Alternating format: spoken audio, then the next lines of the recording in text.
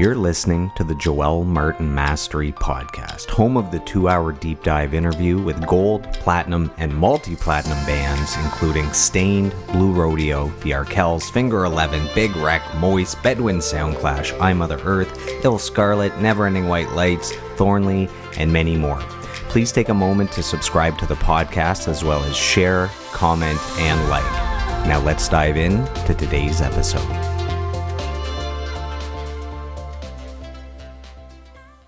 Welcome, everyone, to today's episode of the podcast. Thank you for joining us. We really appreciate it. We are joined by a very special guest. He's achieved a level of mastery as the drummer for not one, but two multi-platinum bands, including Honeymoon Suite and Platinum Blonde. So welcome to the podcast, Dan, Todd. Dan, how are you? And is it true that you named your cats and your dogs after the cast of Friends? Is this true? I can't take credit for it. I can only just say that it's my wife. Absolutely. She's a huge Friends fan, and I love the show too. But it started years ago with our little Bengal that we called Phoebe.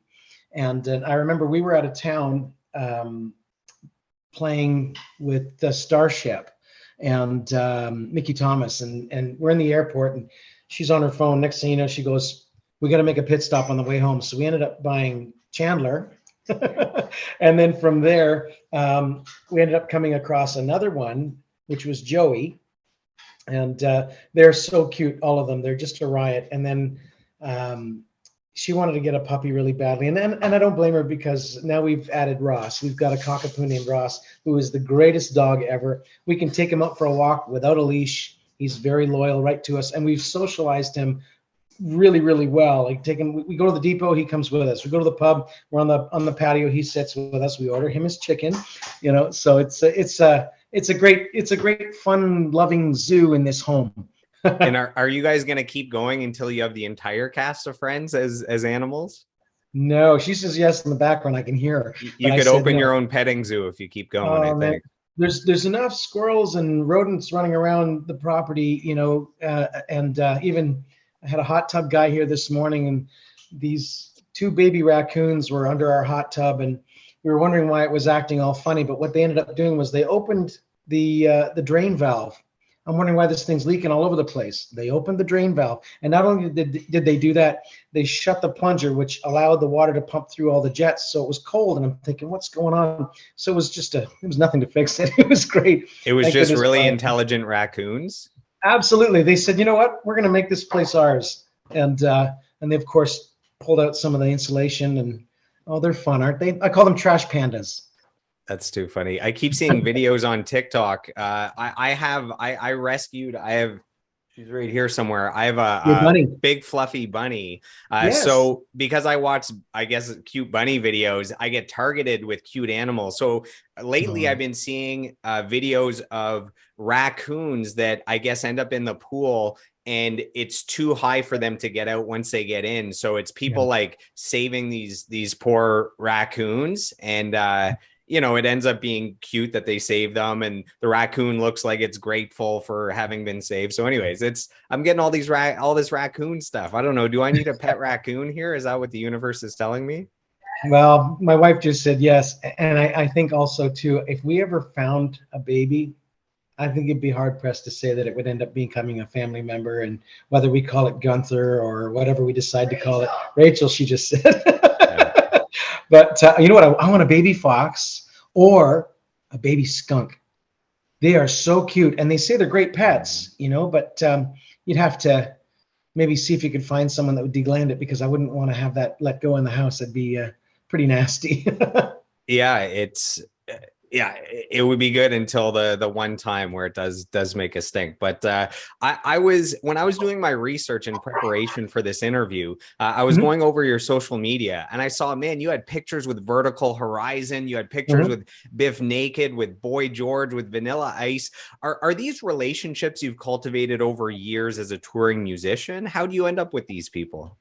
Well, that's interesting you say that, because we're going to see George tomorrow, and years ago, we had toured and did some dates with Platinum Blonde. We did some dates with the Culture Club, and I've always kind of been big on communication and exchanging numbers and stuff, because you never know. And you all do become friends on the road and stuff. And my wife and I've developed a pretty good relationship with those guys, and Kavan, who is their musical director now, and as well as Jimmy, who does front of house. And George is just the sweetest guy in the world. And the guys in his band, Roy and Mikey, they're solid. And my wife has a decent friendship. She's known PK for years.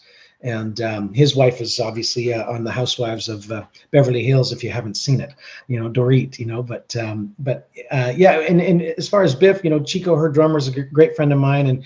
And yeah, we've had a great connection with Beth. She's been here to our home, and the Vertical Horizon. I love that band. And that was pretty recent, right? That was like that 6 years ago or something. It was great. And the drummer's a great guy, great drummer, fabulous player. And but again, yeah, you meet people on the road, and you realize there's a real connection. And another thing that people, I guess, from the outside looking in, fan bases looking in, we're all normal people. We're absolutely normal people, and like the Vertical Horizon guys, very, very grounded. Even the Culture Club guys, extremely grounded, just normal people. And but I guess they're in an environment where they're on the move all the time, and it's hard to get close to them and stuff. And I get it. I understand what that's like when you're on the road. It's pretty tough, but you make friends. There's fans that I've become friends with, with previous bands that I've kept in touch with and stuff. But again, they're all just normal people, right? Yeah. See, you're allowed to call him George. Everyone calls him Boy George, but you actually know him. That's how we know there's a relationship there. Well, it's funny because when we were introduced to him, it wasn't, "This is Boy George. Have you met George?" "No, we haven't." "Here's George." And that's where it came that way. But yeah. Yeah, I feel like I'd have to call him like Mr. George or something. Vertical Horizon. Okay, they broke big in 1999. So Everything You Want, You're a God, like that album was platinum. Mm-hmm. I was 14 when Everything You Want came out, and it's, to this day, it's one of my all-time favorite songs, to the point where I make all these playlists on Spotify. I'm listening to about 3 hours of music a day.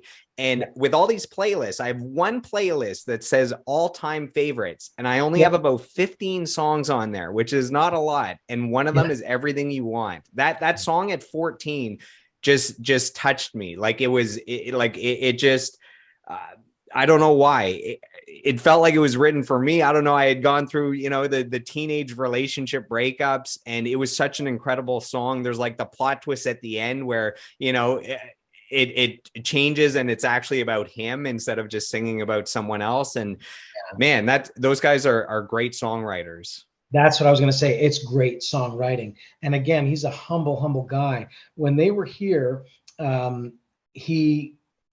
remember Matt saying, "I'm just going to say this. I'm going to get through it because it gets very emotional." He says, "Many of you guys know that we love Rush, because he's a big Rush fan." And again, who isn't?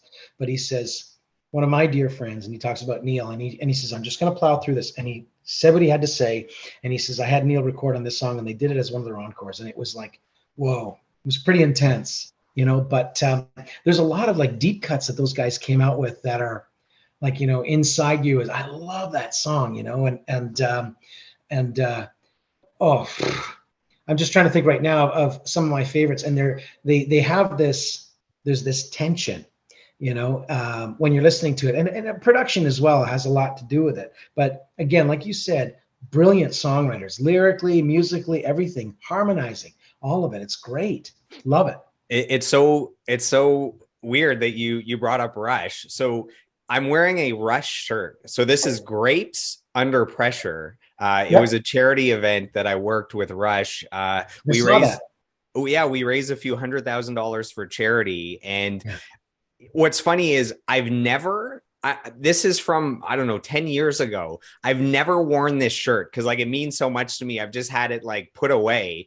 And I was like, you know what? I want to bring this shirt out one time and wear it. And I wear it, and you bring up Rush right away. It feels like it was the right person to wear this shirt with. So there you go. Grapes under pressure. So you were talking about the importance of networking.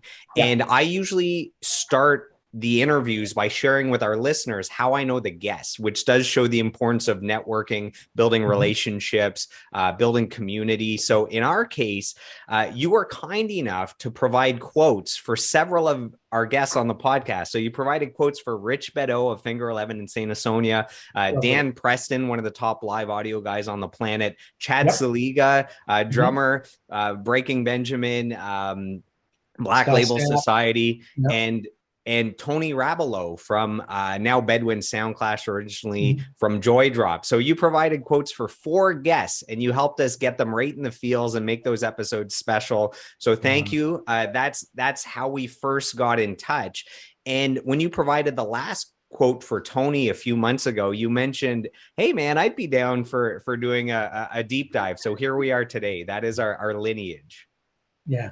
Fantastic. No, I got to tell you, Joel, I'm honored that you asked me to do this with you, because I look at the other guys that you've interviewed on this, and from Eva to Dano and Dan Preston, is Dano to us, and all these people, and just kind of being a part of that camp makes me feel special. So thank you so much. You're very welcome. So I'd like to go all the way back to the beginning. So we're going to do a full 2-hour deep dive. We're going to cover your life, your career, your discography, and I want to go back to the start. So where does this love of music come from? Is there an earliest musical memory that stands out to you?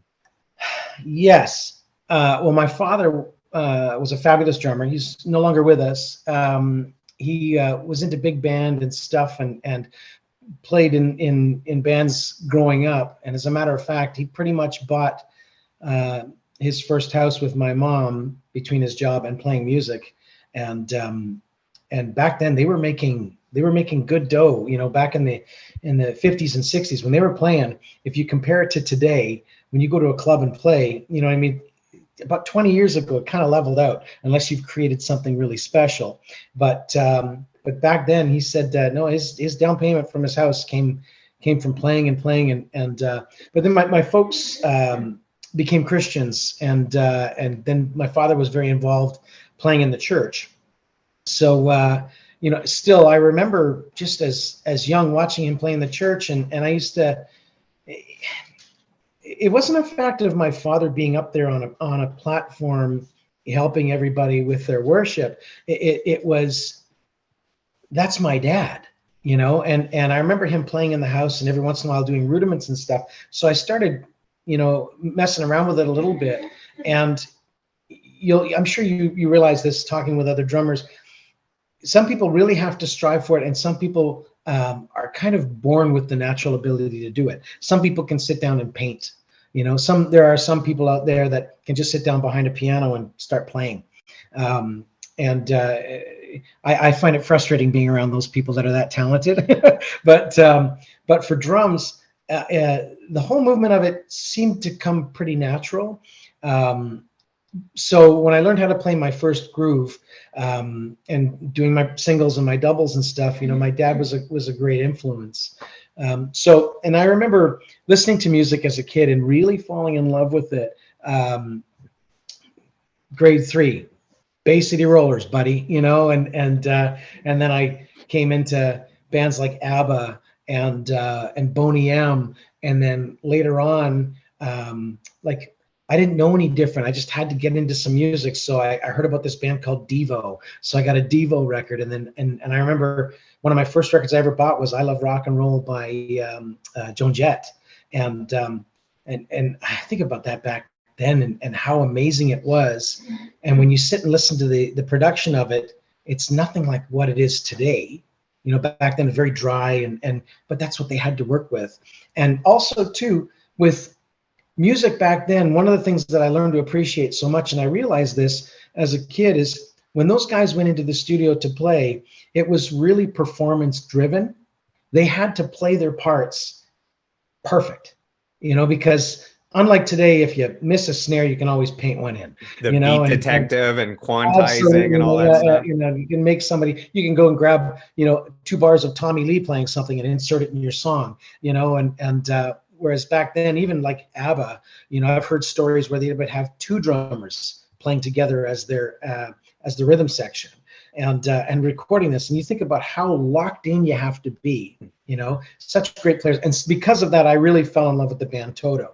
And you look at Steve Lukather and Jeff Porcaro, who's my all-time favorite. You know, I was into stuff he was doing back when I was in grade 4, grade 5, you know, just because there was something special about him and it wasn't normal for a young kid to sit and pick music apart the way we do.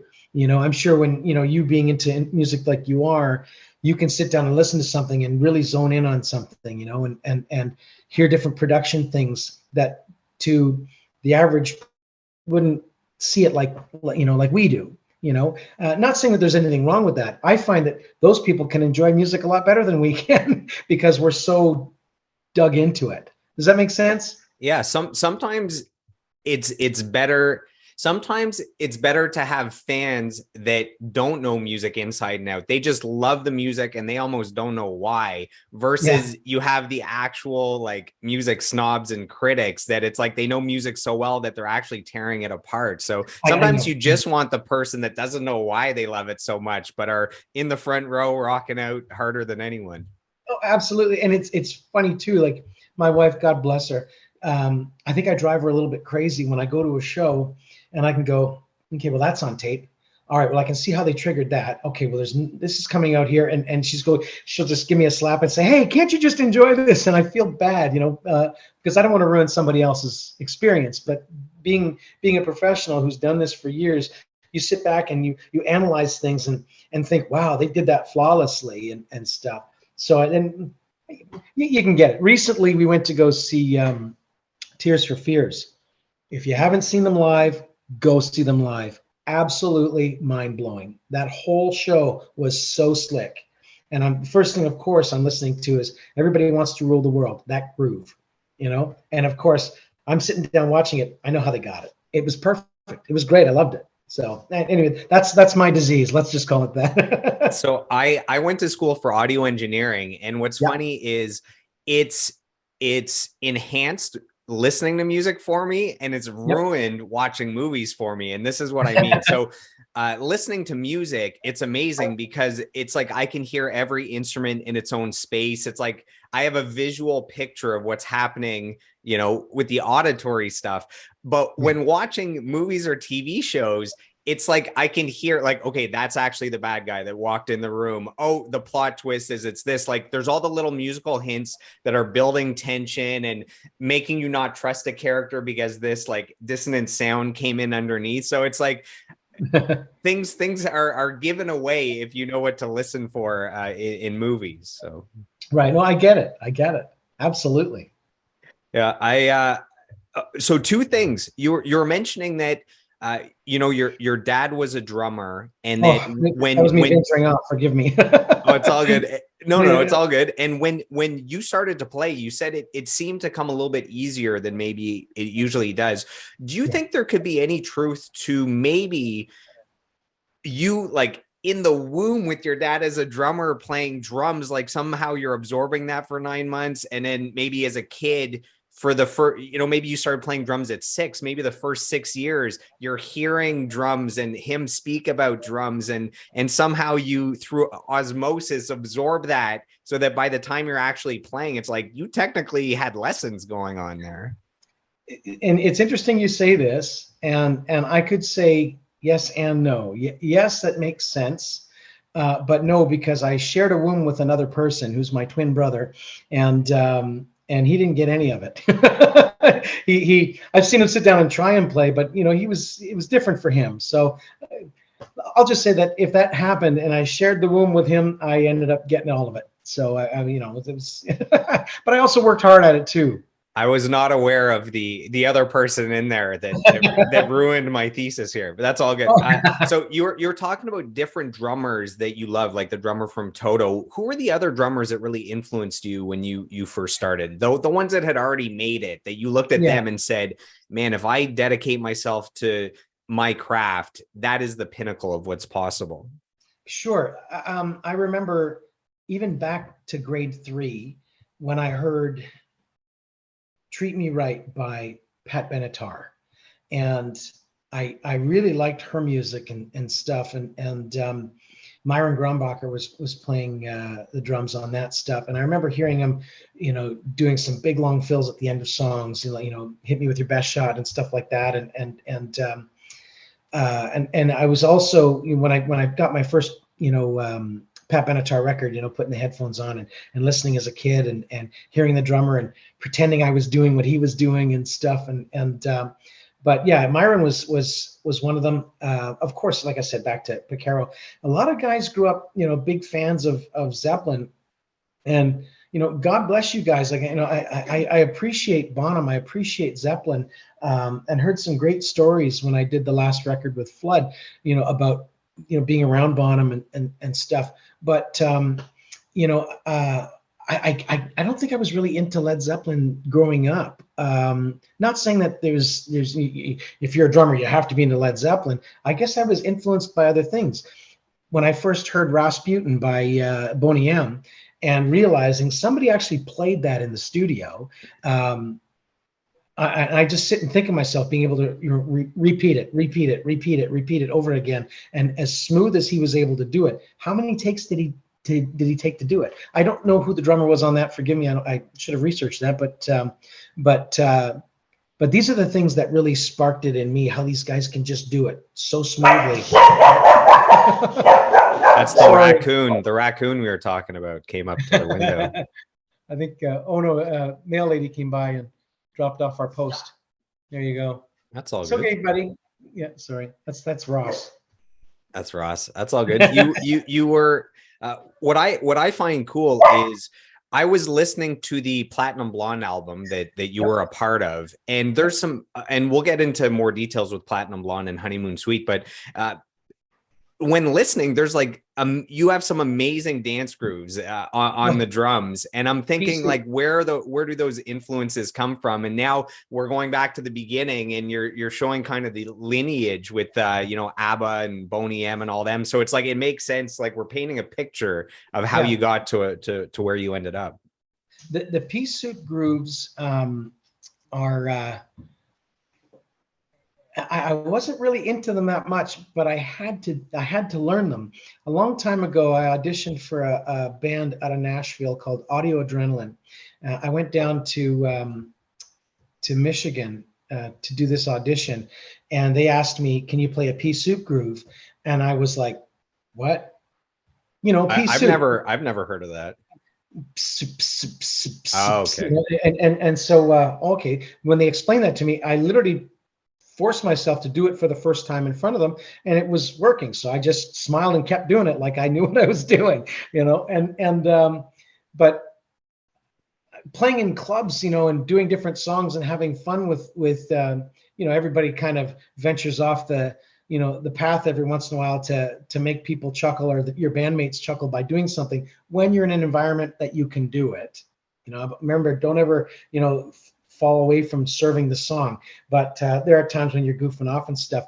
But with that, it was something I just started doing, and I had been playing with Platinum Blonde for a while before we even went into the studio to start that record.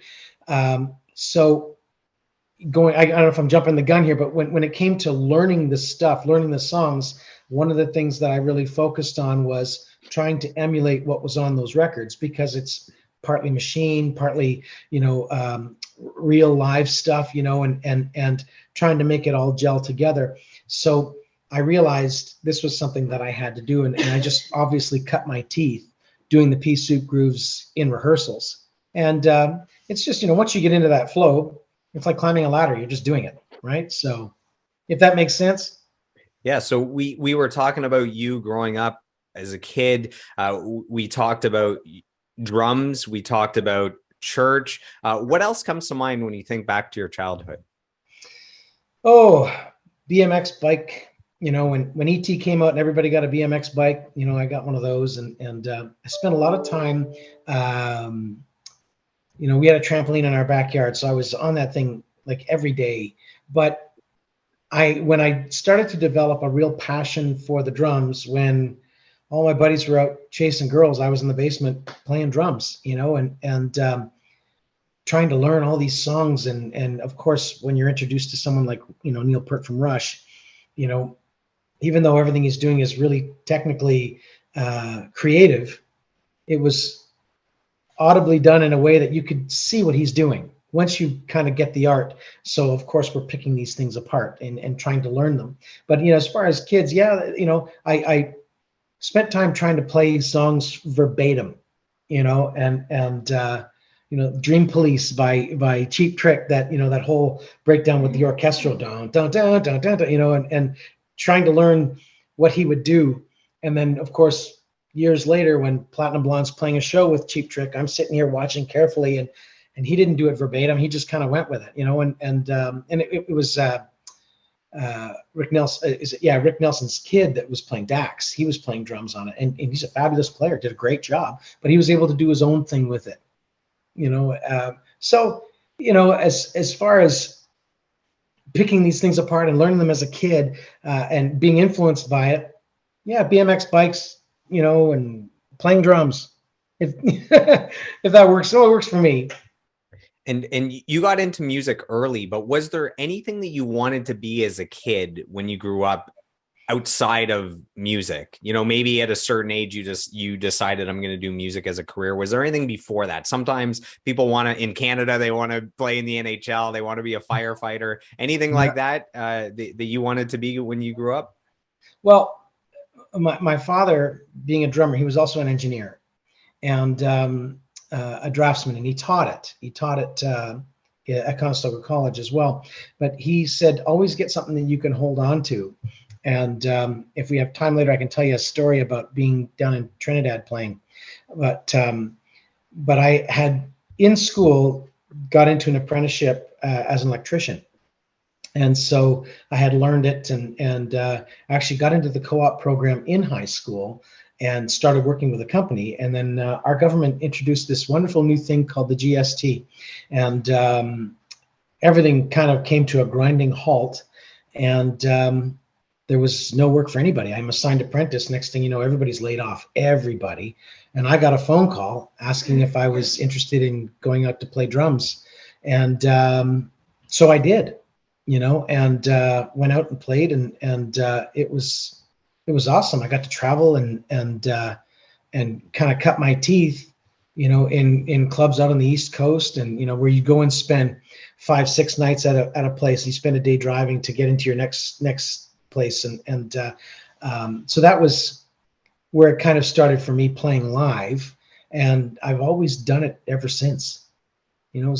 So technically, thanks to the government for opening that door for me. There you go. So we talked about your dad having a big influence on you as a drummer when you were a kid. And I have some kind words sent in from someone that you had a big influence on as a kid, as a drummer. So this is from Rich Bedeau from Finger 11, Saint Asonia. This is what he has to say. He says, Dan got me started playing drums at 11 years old. I was so excited to get my first drum lesson and was so starstruck when I met him. He was kind to me. He was patient with me, and he was a really great teacher to me. We've gotten back in touch over the years, and he is such a kind, loving man, and even more of a monster drummer each time I hear him play. Oh, and he's a lefty like me. We are the few and the proud. So that's from Rich Bedeau. I'm doing my best not to get choked up today, because it's I've got such a big spot in my heart for him, and he's done so well, but that has nothing to do with me. It's all him, and those are kind words. Richard, love you, buddy. Thanks, man. But like I said, I can sit somebody behind a set of drums and say go, but it's what they've done with it, and I'm so proud of him. He deserves every bit that he's been able to get accomplished in his life. Yeah, so he went on to have success playing on four of the most iconic albums from Finger Yeah, 11 and the yeah. debut album from Saint Sonia. And what's Mhm, amazing is recently their single Paralyzer set mhm. a record. It is the single best-selling rock song in Canadian history. It went Love it. 5 times platinum. There is no band that has a better selling rock song in Canada ever in the history of the planet. So if you can picture 11-year-old Rich starting his drum lessons and then him today holding that plaque, what comes to you if you can juxtapose those two things? Well, first things first, what starts that song? A pea soup groove, So, but what I think about now with him, I remember when I had taken him as far as I could, and I remember being out one night with a group of friends, and we heard that there was this band jamming in this basement somewhere, and I walked in, and it was Richard playing, and I'm assuming that would have been the Rainbow Butt Monkeys at the time. So I looked, and there was my buddy Rich playing drums and really focused on what he was into it. So as far as how do I feel about him doing this now and stuff, I'm so I'm so overwhelmed and thrilled for him, for what he's accomplished. But again, he's worked hard for this, and the right doors have opened for him. And again, his personality, his being who he is, and as focused as he is another reason why he's had the success. So I'm so proud of him. It's that many times platinum. See, I didn't know this, so this is great. But love him. Yeah. Yeah, that single I think has sold almost 4 million copies in the US, and then separate from that in Canada, it's different than the US success. 5 times platinum in Canada, which is Amazing. unbelievable. And when him and I've done a couple interviews with him, and when we were breaking down the song Paralyzer, I said, a huge part of what makes that song great is the drums. So, like you mentioned, there's the dance groove when it gets started, but also in the pre-chorus suddenly, even though it's like dance rock, there's like a really heavy drum groove going into the hook of the Mhm. chorus that's very strange, and it's like no one Yeah, but Rich would come up with that, and that's a part of what makes that song so memorable. So it's cool that you brought up. that syncopated pattern that he comes in with. Yeah, I mean, you sit and try and you know pick it apart what he's done. It's very clever. Yeah, he's like locked in with the vocals, and Mhm.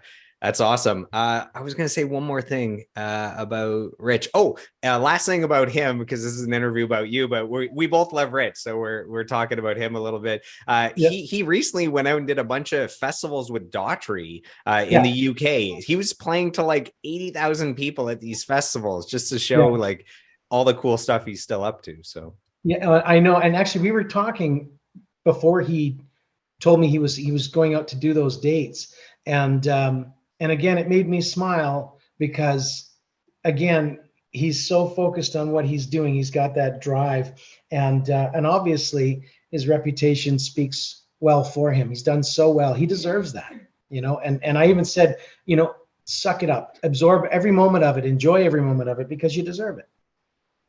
so most musicians run into resistance when they decide that they want to become a professional musician because it Mhm. scares parents, it scares friends, it scares family members that you want to try this career path that is not very stable. It's a difficult one to traverse. I have a feeling that in your case, with your dad being a musician, that maybe you didn't have as much resistance as others, and maybe you even had support from an early age. Yes, I'm going to say yes, yes, and yes, and yes. My folks were very supportive in anything that my brother and I showed any interest in, whether it be hockey, whether it be, music and stuff. But when I had said to my dad that I was interested in doing this, really at that time, what else could I do? The GST had come in, nobody was working, especially that whole generation that I went to school with, nobody. And I had an opportunity to go out and play.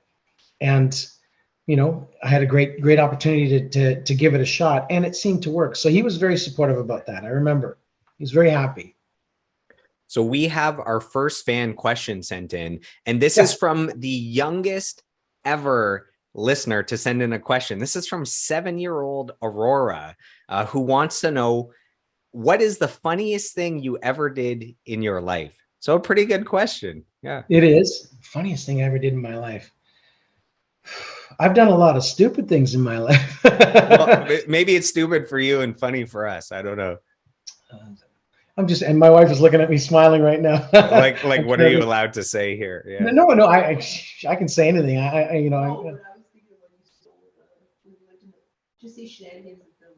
Okay, yes. Good. Yeah, all right. She just reminded me of something. For years, I used to live in Toronto. When I first moved to Toronto, I was living with a fabulous drummer named Randy Cook. All the drummers know about him. And He's stuff. with Britt Floyd. Yeah, and killing it with everybody. But I ended up moving down to a 2,400 square foot warehouse at Queen and Spadina. So I was the musician, and my roommates were either bartenders or knights at medieval times. So you can just imagine what kind of chaos it was. Well, one night, because we had this big warehouse, we had to do something with it. And one of the funniest, most craziest things we ever did was the group of us went out one evening with a bunch of tools and dismantled a playground and brought it home. Tube slides, swing bridges, you name it, monkey bars. we had it all. You set it back up in the warehouse? Absolutely, we did. And actually, the last thing we were gonna try and do. Geez, I'm surprised we didn't end up on an episode of Jackass. But one of the things we were going to try and do was we were going to go to the CNE grounds at nighttime and dismantle a cable car and bring that home and hang it from the ceiling and create a DJ booth inside there. But we ended up moving, and so. I mean, what do you expect from a bunch of bartenders and medieval knights? I mean, what do you think's we're lucky we didn't go to jail for the stuff we did in that place. We used to light off fireworks in there, and I'm not talking lady fingers. I'm talking the big ones that would go up and, But I look back at it now, and sure, we can laugh about it, but I'm 52 now, so it's like you can't really laugh at that kind of stuff. How dangerous it was, how we could have hurt somebody, But that was a good question, Aurora. Thank you. Yeah, she'll love that answer. What's funny is just a few episodes ago, I had multi-platinum Canadian Idol winner Eva Avila. So she's singing with Britt Floyd, and Randy Cook provided a quote for that episode. So it's cool that you brought him up here. So fantastic. And let's dive into Honeymoon Suite. So there's lots to talk about. So the band forms in 1981. A decade later, in 1991, you join the band. You're supporting the album Monsters Under the Bed. You were just 26 at this time. Yeah. Can you tell us what it's like as a 26-year-old to get that kind of an opportunity? I got a phone call one night saying, Dan, call this number right now. Honeymoon Suite's looking for a player, a drummer. And so I thought I'd give it a shot. And I knew Tim Harrington, the bass player of the band at the time. And so when I went down to do this audition, somebody had just walked out. Another drummer had just walked out, and I sat down and moved some things around. And of course I was quite starstruck because, of course, there's Derry Grant. This guy's written some of the greatest songs ever. He's such a fabulous songwriter, and Johnny was there, and Tim was there, and Tim saw me and he gave me a smile, and I remember playing Feel It Again, and I wasn't really prepared. I didn't come prepared knowing the songs like I should have, but they were still interested in listening to me play. So I remember when there was another one of the tunes that we did as well. There was a little bit of a breakdown in it, and I remember going blank in my brain as far as how can we start again, and so I remember looking at Tim, and he was physically playing bass and showing me what it was, and locked into it. So that went fine, and shook hands, left, and then they called me back. And I had called Tim, and I says, Tim, I'd really like this gig. I'd love to do it. And so I went back for another audition. And next thing you know, I got a phone call from Wayne, And he said, it's yours. You can do it. So this would have been 90. No, it wasn't 91. This would have been 97. And because I was born in 71, you know, and I'm just trying to think at 26 years of age, it would have been, yeah, 97. So I was thrilled, you know, so I had a lot of work to do. And I still think to this day, I was, even though I had done a lot of playing, I was still really green, you know, and like playing in bars and really knowing that when you start a song, you come out full throttle, and when someone starts singing, you pull back, you know, and when the chorus comes, you know how to bring things up, you know, even when you're playing in a live situation, if you are playing to a click, you know, that the chorus is coming, you can just climb on top of that click a little bit to give it some excitement. You know, these are all things that I learned later on that I wish I would have known then, you know. So, but still, it was a great experience, and for how long it lasted, it was such a thrill for me. I loved it. There's a couple songs I really enjoyed playing, you know. And do you remember the first time you became aware of Honeymoon Suite? I mean, before you joined them, they already had 3 albums, 16 singles, 8 times platinum. They've sold like 1 million albums. Do you remember where they first came on your radar long before joining them? I was in grade 7. Wow. That's a long time ago. You know, I was in grade 7, and I remember, you know, of course we all heard that, you know, near, God, you know, and that was the first one we had ever heard, you know, Burning in Love, and then another single in the video came out almost immediately, and then of course, how many songs on that album became like, you know, top 10 hits, and the traction that they got in the States too, they did very well. Again, just such great songwriting, you know, brains behind it, very smart. And when you joined, were you overwhelmed joining a band with that much previous success, that much history, or were you more excited than anything at that amazing opportunity? I'm going to say a bit of both. Of course, it's overwhelming. You know, it's one thing about learning music, but then again, it's like I'm now having to represent this machine, and this is the thing. This is the stuff that's so important when you're involved with a project like this. You have to learn when to shut your mouth. You have to learn that, you know, you're now included as a face on the cereal box, you know, even though it's Johnny and Derry, you know, but, you know, if you're, you know, playing drums in Honeymoon Suite, or playing drums with Atlanta Miles, or Survivor, whatever, you know, and you shoot off your mouth and do something stupid, it affects them. So of course, you know, you kind of change your whole attitude, and you have to become professional pretty quickly, you know, and but with those, yeah, it was overwhelming, and I think more than anything, I really wanted to make sure that I did a good job, and I'm very thankful that they had a live CD out, or like a live recording out called 13 Live, and so I kind of lifted that stuff, you know, again verbatim, because it was so good, you know, some great chops in there, and when Creighton played on it, Creighton Doan, another great drummer. So you mentioned to me that you were touring in support of that album, the Monsters Under the Bed album. So I went and listened to it front to back to make sure I was familiar. And here are my notes. Let me know if you agree with this. So listening to the album, my notes are badass guitar riffs, powerful vocals, great harmonies, big choruses, drums that are very snappy and driving. Is that all pretty accurate? I would say 100%. Jorn Anderson was the drummer that played on that. And Jorn Anderson is in my opinion, a legend as far as a drummer from Canada. I first learned of Jorn when I was teaching, around the time I was teaching Richard Beto. He was playing with Corey Hart.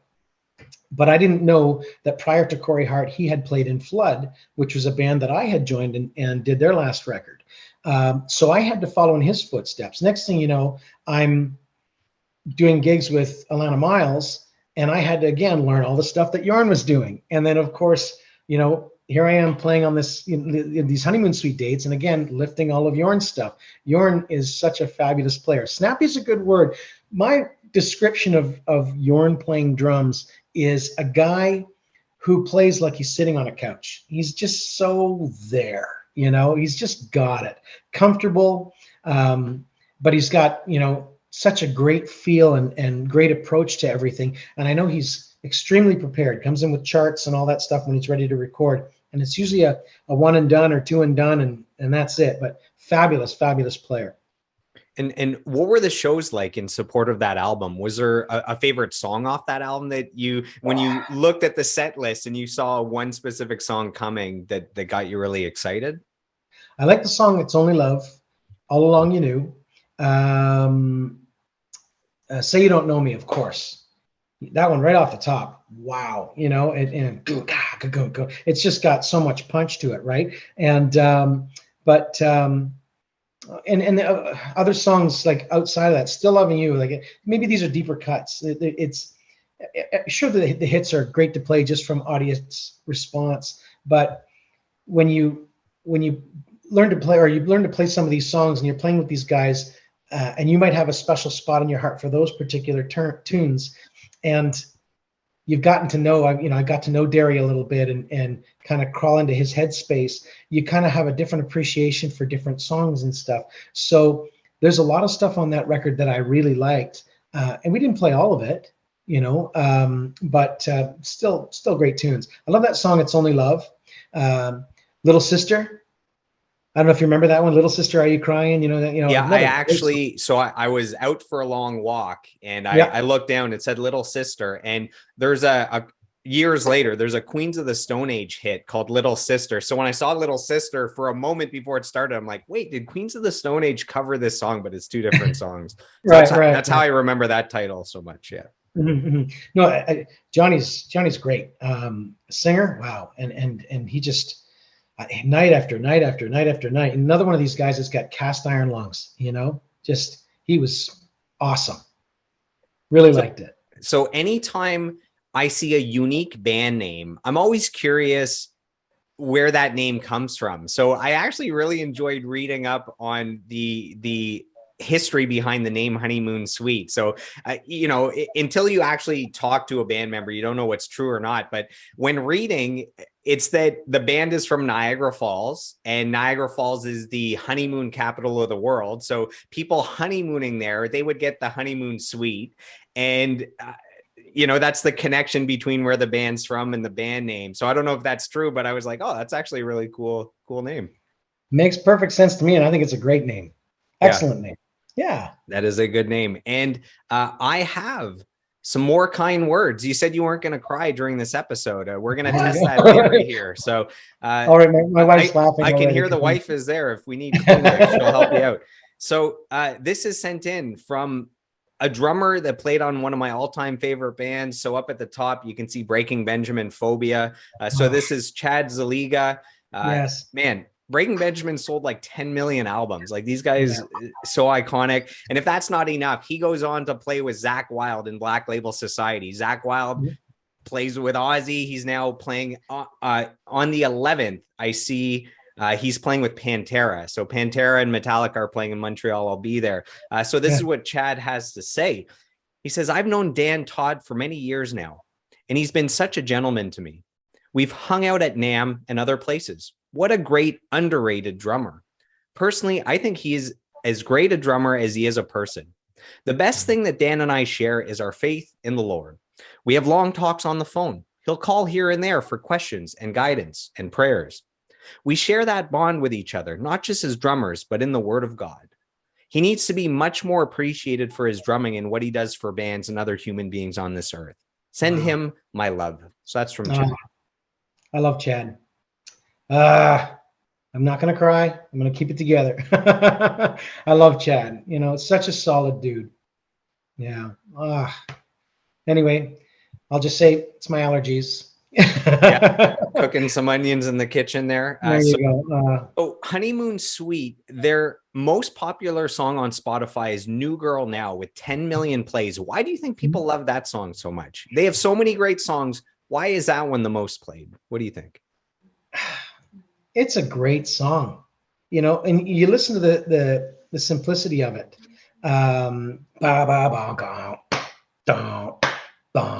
go. You listen to the simplicity of Back in Black, go, da da da, da da da. Now these are two different songs, but it's something people can relate to. If you're doing a big drum solo and all of a sudden, you're doing all these chops and stuff, and you come into that, there's something about this that just speaks, something so simple that, again, everyone can relate to. Why did it become such a big hit? It's in the song. The song is the song is the song. Now, one quote that I love that I've heard Rob Thomas say is, there's 5 things that make a great song. Number 1 is the song. Number 2 is the song. Number 3 is the song. Number 4 is the song. And number 5 is the song. Just play the song, and these guys do it night after night. It's a great song. Yeah. So I have a few more Honeymoon Suite questions, but I want to talk about Rob Thomas because I actually love Matchbox 20. Oh, he's great. Thomas, he's an incredible songwriter.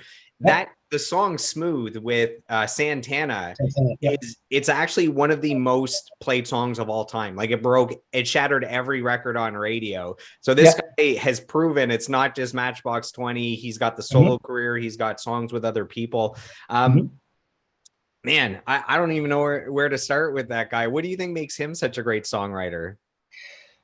One of the things I appreciate so much about him, and I think he's one of the greatest songwriters of today, is when he's writing. There's some guys that try and push themselves to a point where, okay, are they going to be able to pull this off night after night? Everything he does is in a safety zone. It's in his range when he sings, so he's not going to hurt himself. He puts himself in a position where he can do it night after night. But, as far as his songwriting, which makes him so good, I think he's just a really intelligent guy, and there's no question he's truly gifted, as a writer. He can play piano, he can play guitar. He's another one of these dudes that can just probably, if you just threw a harmonica at him, I bet you he could play that too, So, but yes, with him, again, all I can say is really, he's just brilliant. Knows how to do it. He's got his formula that works. Like a Chad Kroger who's got his formula that works. Rob might be a different avenue, but still, he's so good. Yeah, I saw Matchbox 20 with Goo Goo Dolls a few years ago in Toronto at the Budweiser stage. It was probably the most I was there back then. Yep. Okay, cool. And it was awesome. And every Friday when all the new albums get released, I'm paying attention, I'm listening to them. And Matchbox 20 put out a new album just a few weeks ago. And normally I listen and I'll take maybe one song, maybe 2 songs, and I'll add them to like a great songs playlist. And I took 4 of those bad boys from that album and added them. So if you haven't heard the new Matchbox 20, I think you'd actually really enjoy a lot of those songs. One thing I appreciate about that band, if you listen to any of their albums, remember as a kid when you went to the store and got your vinyl and you brought it home, you'd put the needle on the record and you would listen to all of it. Okay. When's the last time you did that? You'd usually buy a record. I might be the only one that still listens to full albums, but I know what you're saying. Yeah, and that's one of the things I find about Matchbox 20. You just put on their albums and let them go. Another band that I like doing that with is the 1975. Just put on an album and let it go, because it's start to finish it, whether it tells a story, whatever, it's just, there's some substance there. It's decent. I was at that Matchbox 20 show that you were talking about with the Goo Goo Dolls. Do you remember Johnny Resnick was on stage and he would change guitars often because they would do obscure tuning for different songs. And then all of a sudden I remember a tech was coming out to hand him his guitar and the crowd just went crazy. And of course, Johnny doesn't pay attention. He just does this and picks it up and puts it back on again. But it was Rob Thomas that brought his guitar out to him and the crowd went nuts. It was great. He's just waving at everybody as he's coming by. So it was one of those moments. That's too good. It's funny you mentioned that because I'm a guitarist and I remember over the years trying to learn their Goo Goo Dolls hit song Iris, and it's such a strange tuning that I've never even tried. I'm like, okay, I'll learn a different song. So it just goes to show what you're saying about the tunings are different on all the songs. They talk about this on the Daryl Hall. How he has that show where he does it in his garage. Is it his garage? I think, or his basement or whatever. But he had the Goo Goo Dolls in, and his guitar player was talking to me. He goes, "What is this?" And you realize that for a certain song, they'll take a string and just detune it to whatever to make it work. It's very clever, but you can see why he would need so many guitars all the time. Yeah, one thing that stood out to me when I was listening to that album from Honeymoon Suite is the guitar work. There's just these awesome guitar riffs, and it's just so solid. And Yep. I wanted to, I usually ask this question when I'm talking to someone that was in a band that had awesome guitar work. Mhm. If the video game Guitar Hero came to the band and requested just one song that people could play along to, what do you think in the Honeymoon Suite discography, all the songs, what would be the one song that you would provide to Guitar Hero? Wow, this is a great question. Anyone Uh, with a great solo or just a badass riff that people would, Probably, I would say either New Girl Now or Feel It Again, you know. But if I can say this, you know, when you listen to the Beatles, if you take all the music away and you hear the drums, you know what song it is. Ticket that's to true. Ride. Dun, glad, dun, dun, glad, gone, glad, gone. If you take away all the music from Honeymoon Suite and just play the solo, you know what song it is, because every solo was so different and unique and told a story. Feel It Again, I think, and New Girl Now. Absolutely. Derry's amazing. Absolutely amazing. Fabulous guitar player. So we have a lot of musicians that listen to this podcast. We have a lot Mhm. of young musicians. If they're watching now, what advice would you give to someone that is thinking of starting a career in the music industry, whether it's as a musician or specifically a drummer? Any advice that you can provide from all the years that you've spent in the industry, learning the ins and outs? Be honest. Um, I would say exchange those numbers. You know, be in contact with people. And that's again the networking. That was something that Randy Cook was very good at and taught me.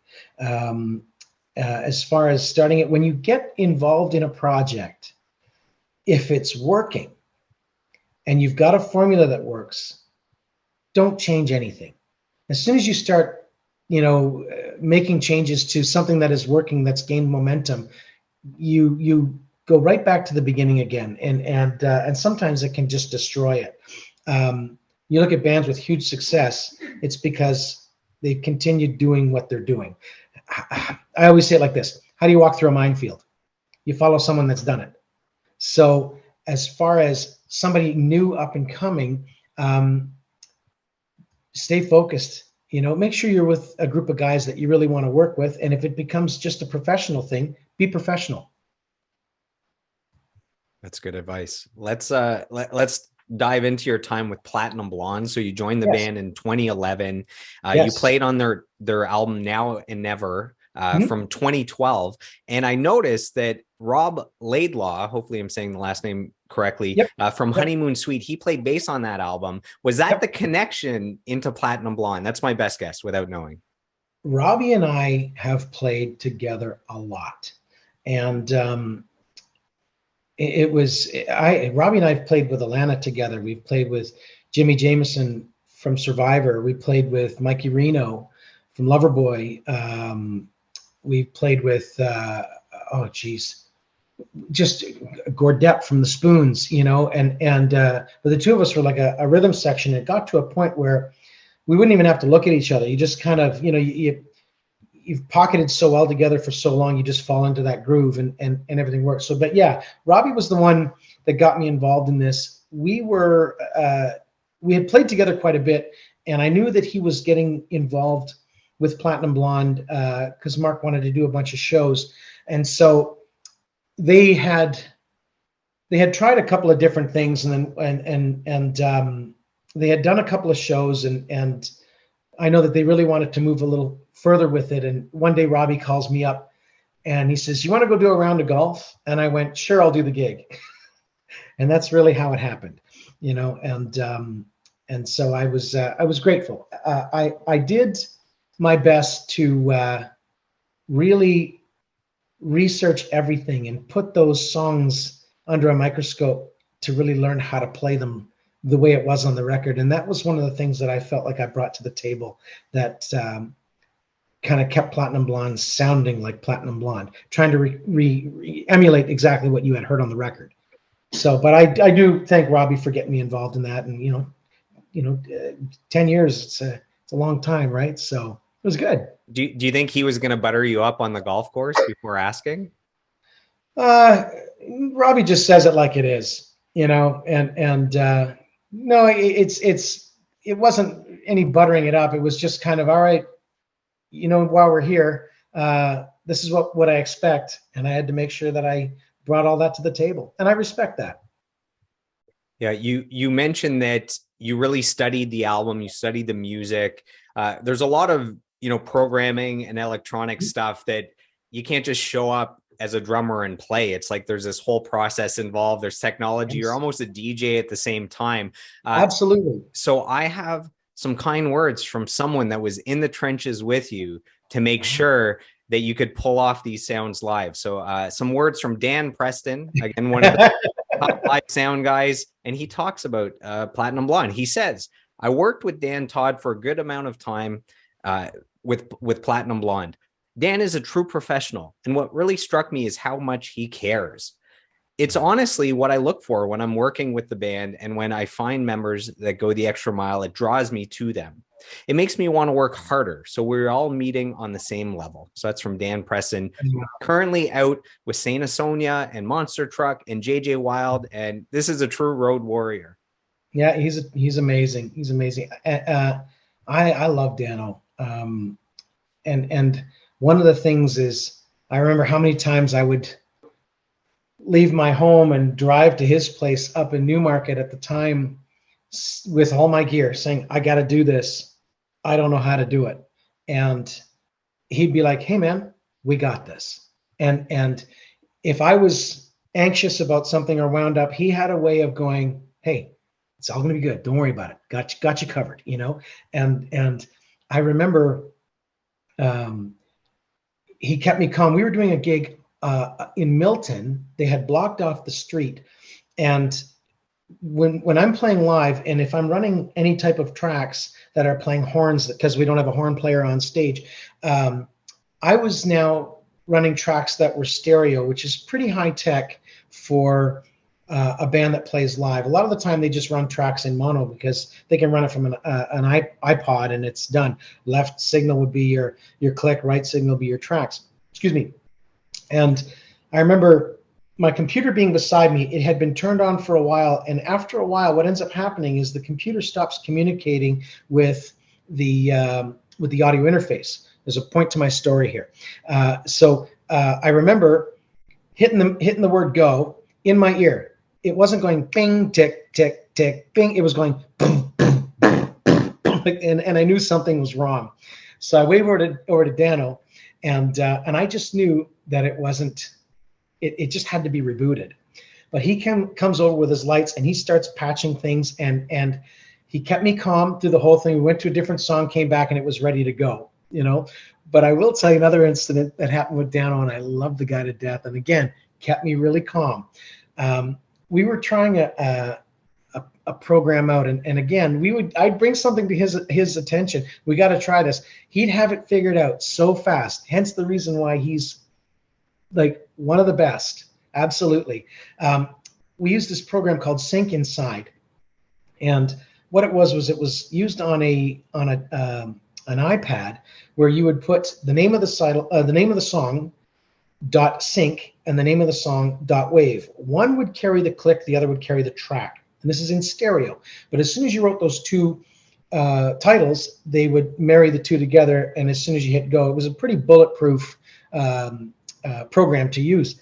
We're playing in front of 60,000 people in 60,000 throughout the day, probably 35 in front of us. It was an ocean of people out in BC, and I would hit go, and the intro would start, and and next thing you know, the click would start coming in my head to all this music that I had to play along with. Of course, there was a misspelling on the .sync.wave, so there was no click. So I'm playing along to tracks that are like whoop, yick, what, like just sound effects more than anything. My God, I looked at Dan, and he again kept me calm, in a situation like that. So that dude is the salt of the earth. And if I can say this word, I know it sounds kind of funny. He's very selfless. It's not about him. It's about the artist. And that means so much to me that Dano had those kind words. Love you, buddy. Yeah, he's got that Zen Namaste guru vibe to him. Absolutely, with that beard and everything. I remember when I first met him, I looked at him and I said, "You've probably killed people, right?" And we had a good laugh together. And So, great guy. he's a monster guitarist himself, and maybe that helps. Absolutely. Or he knows what it's like to be on stage and Yep. to have someone look after him properly. So maybe that's what helps him to really relate to everyone he's working with.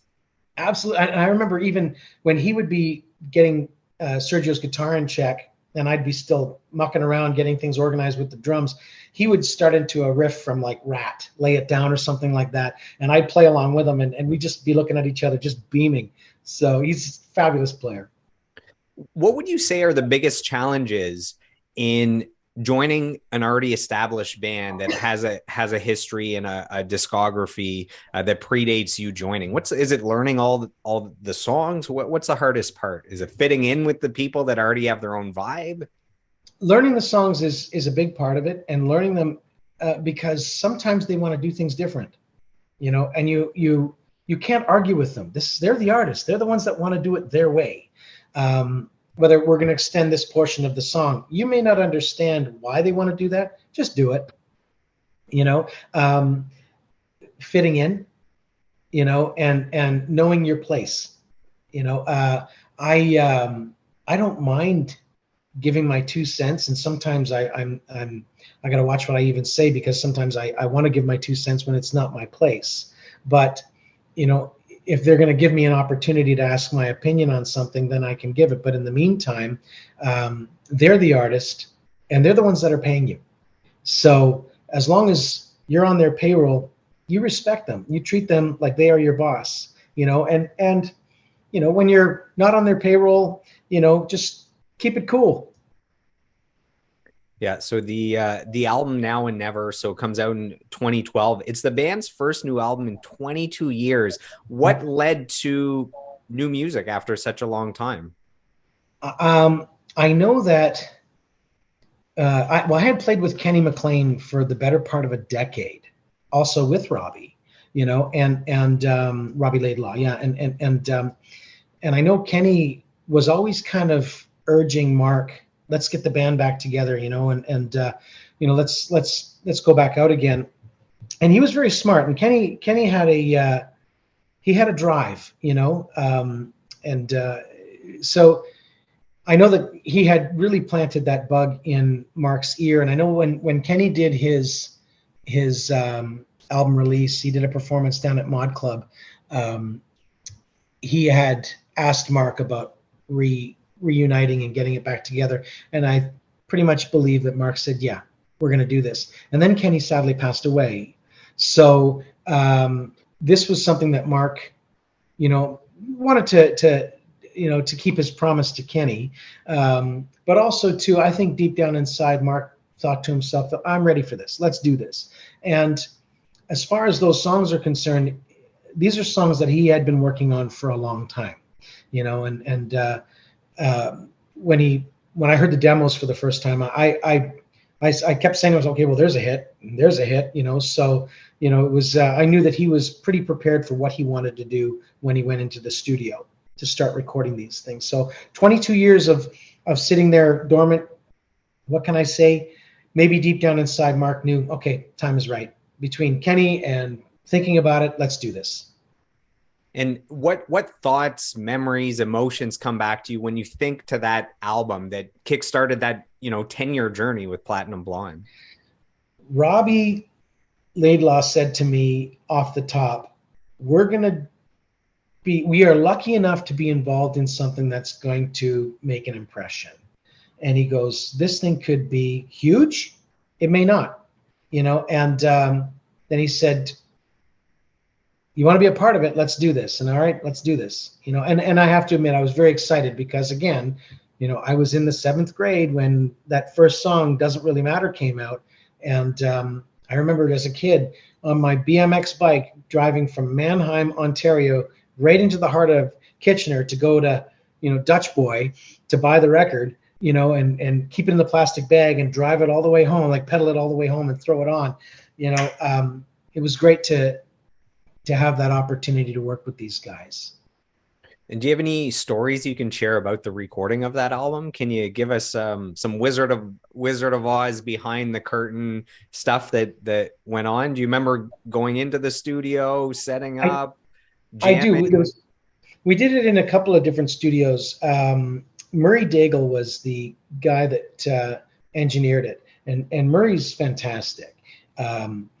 He's not only a fabulous engineer, he's also a songwriter and a great guitar player and singer too. So he knew the approach to take with this, and I'm sure he got himself excuse me, he got himself kind of in the headspace ahead of time, as opposed to just someone who punches the clock. Like he takes a lot of pride in what he does. So it was great being in the studio with him, and I've actually been called in on sessions, and they'd say, where do you want to record? Let's go use Murray, because I've gotten to know him. But being in there, I remember setting up and laying some stuff down, and one of the first sessions we did though was up at Chalet in that's where Rush did 4 records up there in Claremont. It was exciting for me, again, going in there and being ready. And I was in there mostly with Rob, playing along together with him and laying down certain things and stuff. But sure, there were, it was performance driven, but of course, yes, they do tweak little things, and we're human beings, and they have to fix stuff and stuff. So sitting back and watching this, being in that environment with guys that are so fast, bang, bang, bang, bang, bang. Okay, we're done here. Next. That was a thrill for me, because I've done lots of sessions where you're in and out pretty quick. This being a part of it right from start to finish. So I remember doing Beautiful, and the song Beautiful, and there was a group of people at the time wanted us to do a French version of it, for people like you, Joel, and so they had brought a translator in, and Mark was learning the words in French and singing them. So we were sitting back watching this, and it was fascinating to see how this was done. But as far as the experience, being in the studio with them, you learn everywhere, but I learned a lot on this record, how to do things and how they did things, and I appreciated it. So the album had 2 singles. You already mentioned Beautiful. There's also Valentine. You guys made music videos for both of those. Can you share with the listeners some insight into the making of those music videos? Because that's different than just recording music or playing live. It's completely different. In the video for Beautiful, I think I spent an hour in makeup and hair for maybe that mere 3 seconds of footage. Did you feel beautiful after the makeup and the hair? I love that song. It's a great song. For Valentine, the whole Walking Dead concept, I thought it was so cool. And we went into this studio where there was these big screens where they would play the video movie in the background as we were playing, and it would shoot back and forth. So you'd see the band, and then you would see live footage of what was happening in the scene just prior. And I remember Mark explaining the concept to me when we first started working on it, and I really enjoyed this. It was a bunch of fun. So the just the whole biting of the eyeball and stuff. But yeah, the whole Walking Dead. If you haven't seen it, it's kind of a fun video where we're done up like the Walking Dead. We're living dead people. And I remember I was able to get the lenses in my eyes. And if you look at me in this, I look pretty dead. But towards the end of it, the funny thing is, Mark's singing, and his teeth start falling out, and Sergio's arm falls off, and Rob Laidlaw's head falls off, and then there's a shot of my foot, and my ankle breaks. So I'm saying, how are these guys going to get me to do this? So they actually got me to take my pants off, put my hand down the leg of the pant, and put my foot in the shoe. So I go snap, snap, snap, crunch. So it's not my foot that breaks; it's actually my hand in there. And to me, that was a lot of fun to do. It was a fun day. That's awesome. Yeah. Do you remember the first time hearing your music on radio? I don't know if it's with that Platinum Blonde album. I don't know if it's long before that. Do you remember hearing your stuff on radio and what that experience is like? Some people are in the car and they pull over, they call their mom. I don't know. Yeah. One of the first times I heard myself on the radio was a commercial that I had played on, and I didn't know it. I just said, geez, this sounds familiar. Geez, and it bothered me. And then I had heard it again. And this is years ago. And then I sat there, why is this sounding so familiar? And I did this, you know? And then I remember working with a musician back in Kitchener years ago, and we had recorded as well.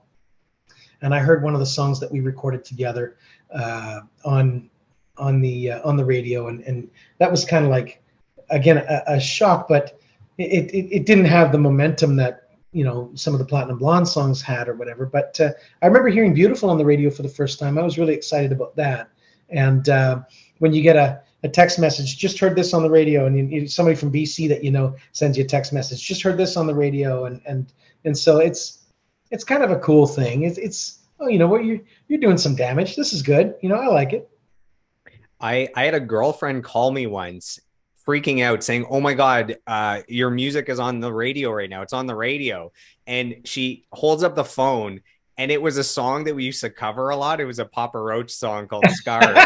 So I guess that shows just how much we played it. She thought it was ours, and that we suddenly had a massive radio hit. So anyways, that was kind of funny. We have a fan question sent in. I'm going to butcher the guy's last name, but it's from James Gilgallen. James Gilgallen. I know who James is. Gilgallen. Okay, perfect. Yep. His question is, what song were you most happy to be a part of?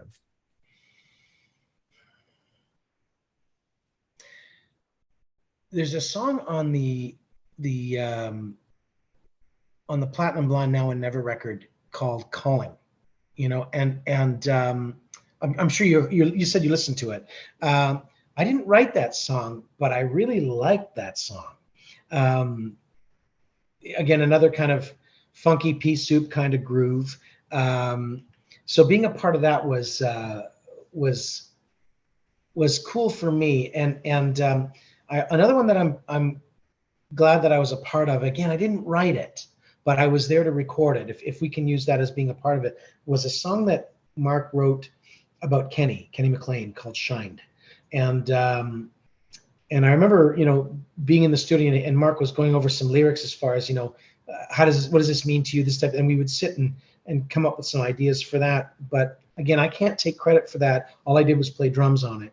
But "Shine" was a great song. I really like that. There's another song on that album called "Satellite" that I really like too. So again, to answer James' question there, those are songs that the most recent that I'm thinking of that I'm proud that I was involved in. You know, just because I really like those songs.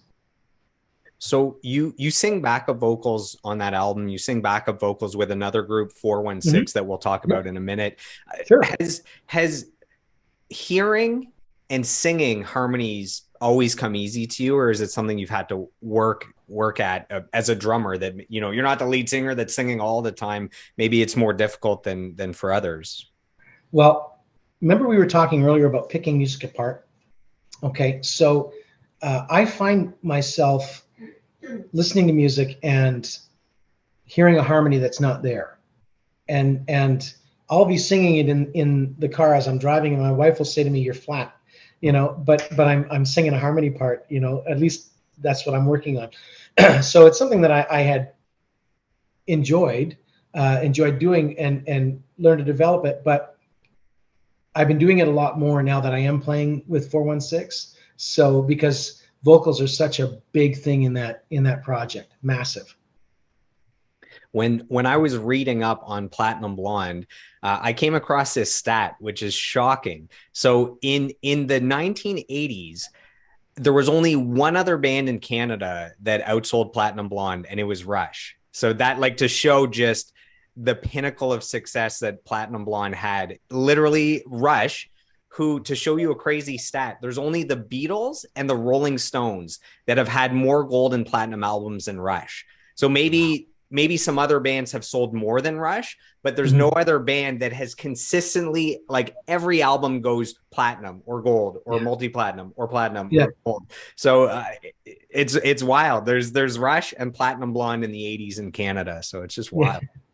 You have to admire Rush. And one thing that I appreciate about them is when it comes to us as kids, you can tell young kids that were into Rush that wanted to try and be as progressive or as creative as that trio. But when it comes right down to it, would a band like that who's new get signed? Probably not, because there's room in this world for one Rush, and Right. that's Rush. And let them be Rush, And there's nothing wrong with going and emulating one of their songs or covering one of their songs in a gig, but they're the guys, And I just recently saw a clip there of what's his name, Geddy Lee, behind home plate at a ball game. He's just, and again, you see that and you get excited about it. And of course, you see the little clip online. There's Geddy Lee behind the plate, and current status closer to the heart. It was great. But yeah, I love those guys. As far as sales, I know Kiss has sold a ton. Every one that they do. I think are they holding a record for the most gold records? I'm not Maybe, sure. maybe Yeah, they've definitely sold well. Yeah, yeah, absolutely. But yeah, proud to call Rush Canadian. There you go. yeah. I saw them just, let's see, probably about 10 years ago. Like, I'm late to the game, but I saw them live after I worked with them for the charity event. I saw them live at the arena in Toronto. And Mhm. man, when you close your eyes, there's for sure 12 musicians on stage, and you open your eyes and there's just the three of them. And you Yeah, see Geddy Lee, and he's at least four musicians because he's singing and he's playing bass and he's playing keys and his feet are yeah, playing the different, like, yeah, organ yeah, notes or whatever. So he's absolutely. legit four instruments at once. And then you move over and it's like, what I was noticing is if Geddy Lee stops playing bass because he's playing keys, it's like Alex hits a pedal that makes his guitar also have the bass notes. Like, it's just this crazy sonic scientist, like, melting of instruments. I don't know if you have Yeah. any I don't know what I'm getting at. I just had to get No, no, that. I get what you're getting at. I know you have to respect what they do, and the fact is going into the studio and pulling something off is one thing because you can layer so much, but when it comes to playing it live, how are you going to pull it off? And one of the things that I like as well is I have an endorsement with these electronic pads. Dan Dawes is the creator of these pads, and I got in touch with him early when I got involved with Platinum Blonde because I knew these things were bulletproof. And Neil played with one on his kit right next to his snare drum, and but Dan had told me these guys would go in the studio and to create sounds, if they couldn't manipulate it, build it with a computer, they would sing it into a microphone and then create the sound with that audio file. And then he would trigger these things. And to me, like, that's just like, who thinks of this kind of stuff? You know? When looking at your drum kit with Platinum Blonde, you Mhm. had what looked like three triggers or three pads. Is that what you're talking about? Absolutely. Yep. Okay. One would send out my grocery list. One would send, no, it's a do, do, do. And I'd have one beside my snare drum. We called it the brown note. And it was just a great big 808 that we had stretched out. And Sully, the guy that would do front of house sound, would take that and drop the frequency of it, so it'd be real bottom end. When I hit it, things would shake, and I remember hitting that thing in a place and seeing all this dust come down from lights at the back of the auditorium. And then the other one I would hit, I would, as I was playing live, I'd always be changing sounds and patches and stuff. It was all part of the gig. So in Not in Love, there was a keyboard part that I would hit, and it was like 17 seconds long. It was the back half of the chorus. I would hit this pad, and it would play that keyboard portion that was timed to a click that I had in my ear. And again, thanks to Dano, who made it look so easy for me, but he's the guy that put it all together. Those were the triggers that we're talking about there and what they could do.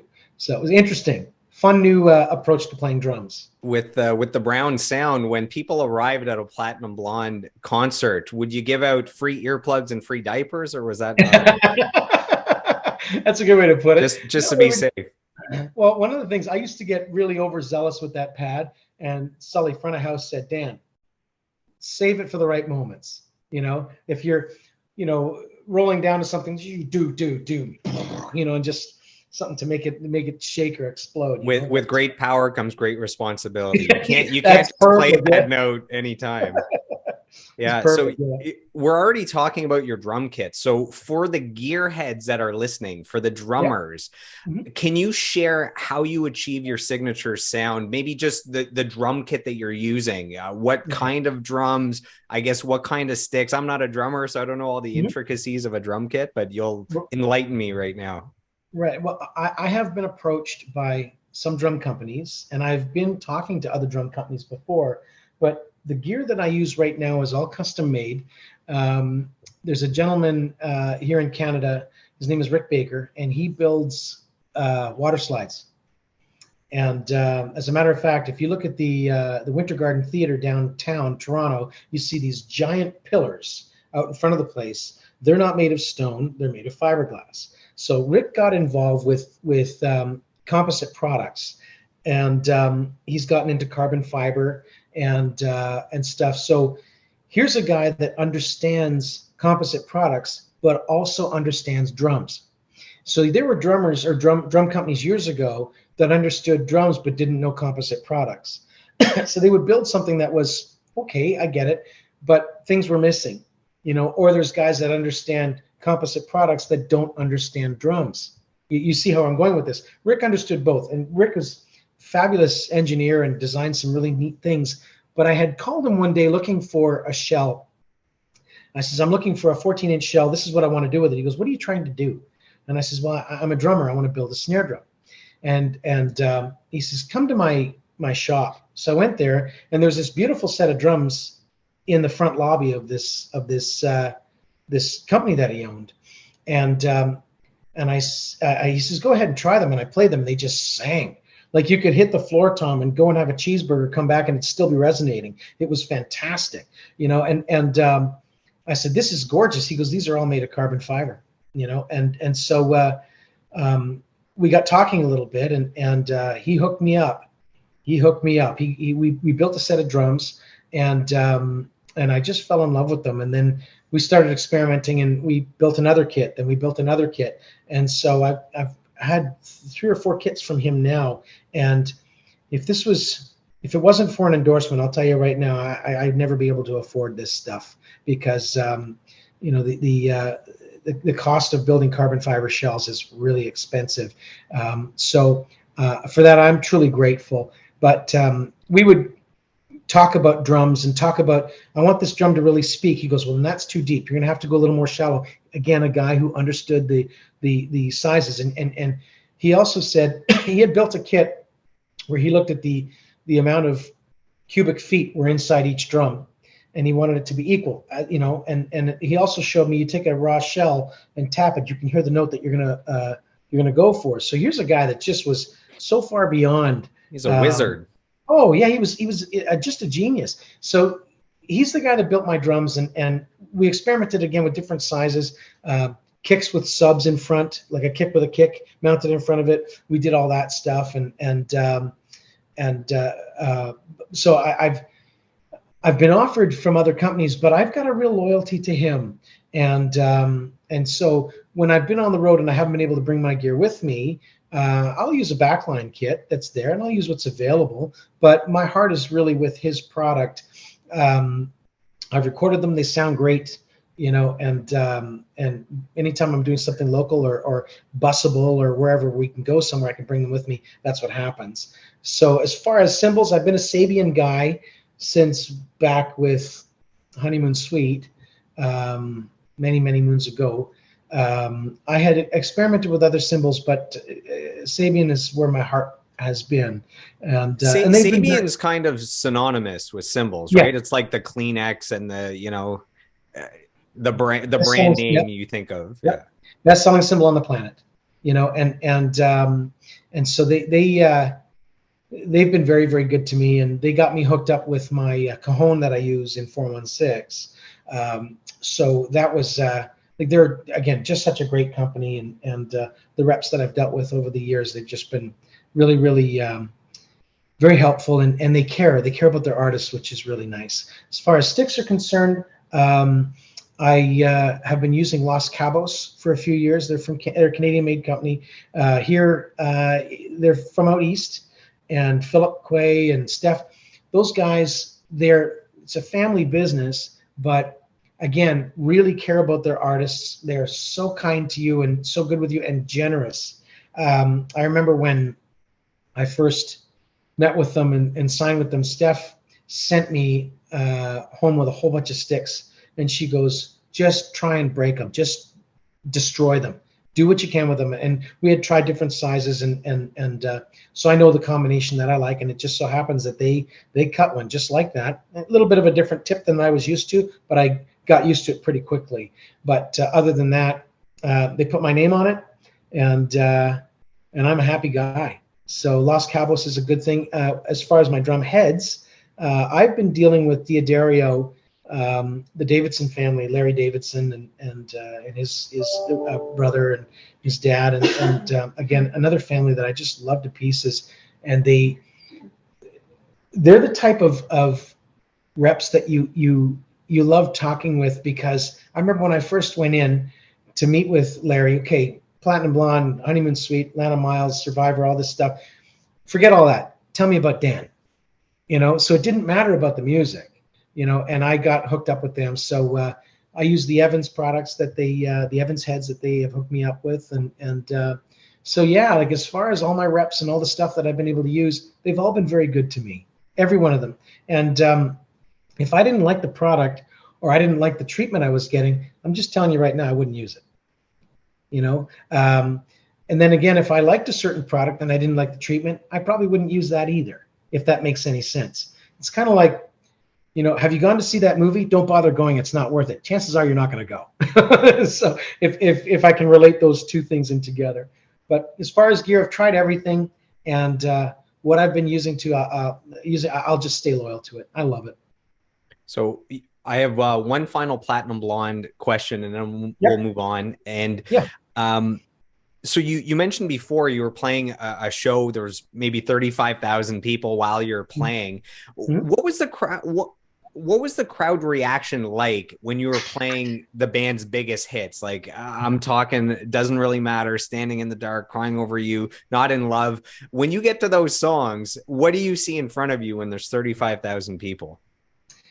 Usually just the first 2-3 rows. That's about it. But one of the things that I always enjoyed seeing was, when it comes to that iconic drum solo that everybody knows. And when I mean by everybody knows it, you look out in the audience, you can see that everybody knows it. And what's funny is this is where I would have my moment to play with the audience and have some fun. I always tried to keep things very visual. Platinum Blonde, you got 3 guys on stage. And so everybody's having their own little party. And but when it was that moment and the lights were on Dan, I would bring it down to dun, dun, dun, dun, dun, dun, dun, dun, this pulse, that we're creating. And people are waiting for that big solo. And I would put my sticks down and I would just fold my arms like this as I'm giving that pulse, and you can hear the tension in the audience, and it would get louder. And I would stand up and I would put my hands in the air to make people get loud, and I would put them down again, get them quiet, get them loud, get them down. And I had fun with these moments. And then finally I'd stand up completely and get the crowd as loud as I could, and I would play the solo. One of the things I found really funny was when I would do this, there's always somebody in the front row that would be waiting for it.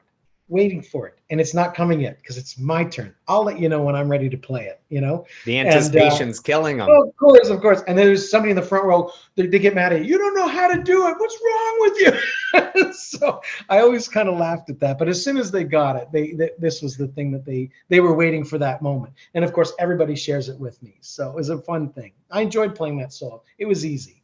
It was great. Let's talk about your new project that you're working with. So 416, what can you tell our listeners about this group? Maybe we have Honeymoon Suite fans tuning in. Maybe we have Platinum Blonde fans tuning in. What can you say about 416 for our listeners to go listen to the music on Spotify? There's a few upcoming concert dates. Get them to buy some tickets. What can we share about this group? 416 is, well, the writer of it, Brent Lunny is his name, and Brent is a fabulous songwriter. And I'm not saying this because I've become friends with him. When he first started sending me these songs, and it's funny how I got into playing with him. My wife and I became friends with him and his wife at a concert. We were at a concert watching this band, and Brent and I got talking, and he's a deep dude, like really deep, and very smart.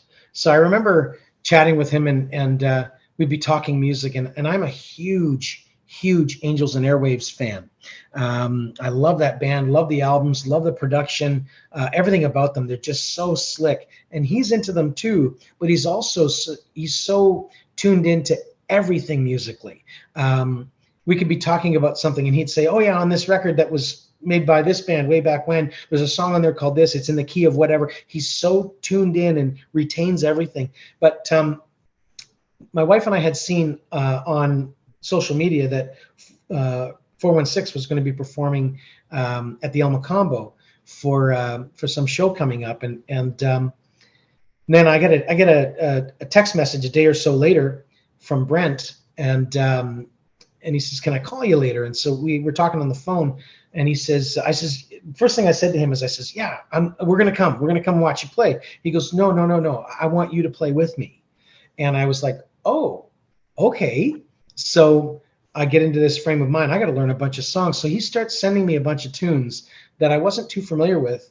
And the first time I heard the song Bleeding Out, I fell in love with this tune. And then he plays me another song, Dear Mr. Downey.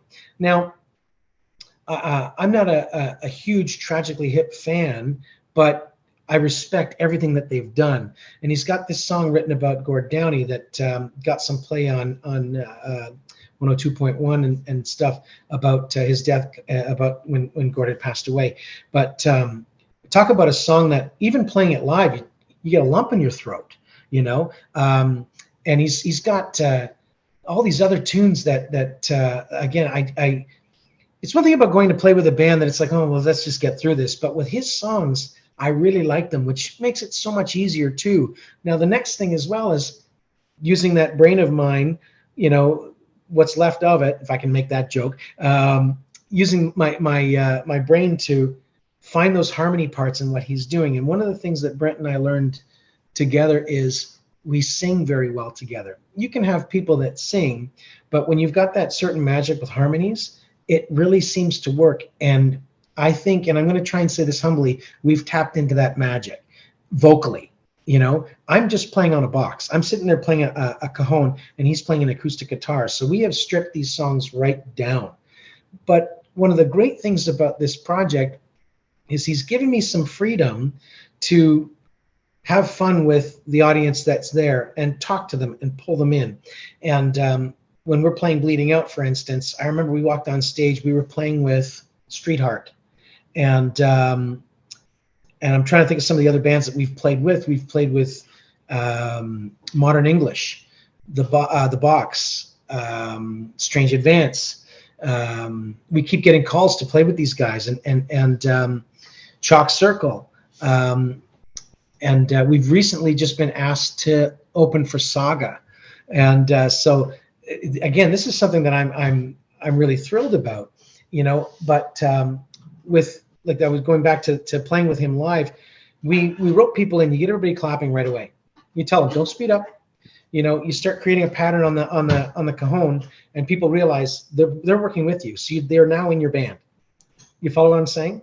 And next thing you know, we get into this song, and the harmonies in this song really tend to grow. So if you haven't checked it out, folks out there, go on Spotify and check out 416. It's all one word, and listen to some of the tunes that are on there. But yeah,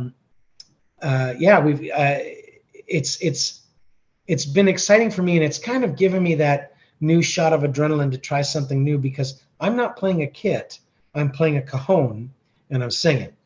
So we were doing a show. We were playing with the Box, or sorry, we were playing with Chalk Circle, and for fun at the end we decided to do a Thompson Twins song, you know. And if we're doing covers, we're doing obscure covers, not something that you're used to. You're not going to see us doing Sweet Caroline.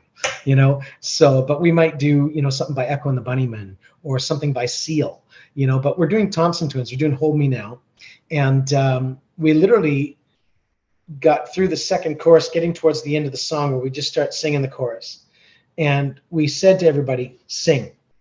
And everybody started singing, and they got louder and they got louder because it's an anthem. You think about it, about that particular song. So I looked at Brent and I gave him a nudge, and we just walked off the stage, walked out the back door, and we left the building, and we came back in another building. And when we came back inside, they were all still singing. It was such an awesome moment that we were able to create this. And you're joking with your audience too, not being slapstick or stupid, but again, once you get them laughing, once you get them working with you, they're yours.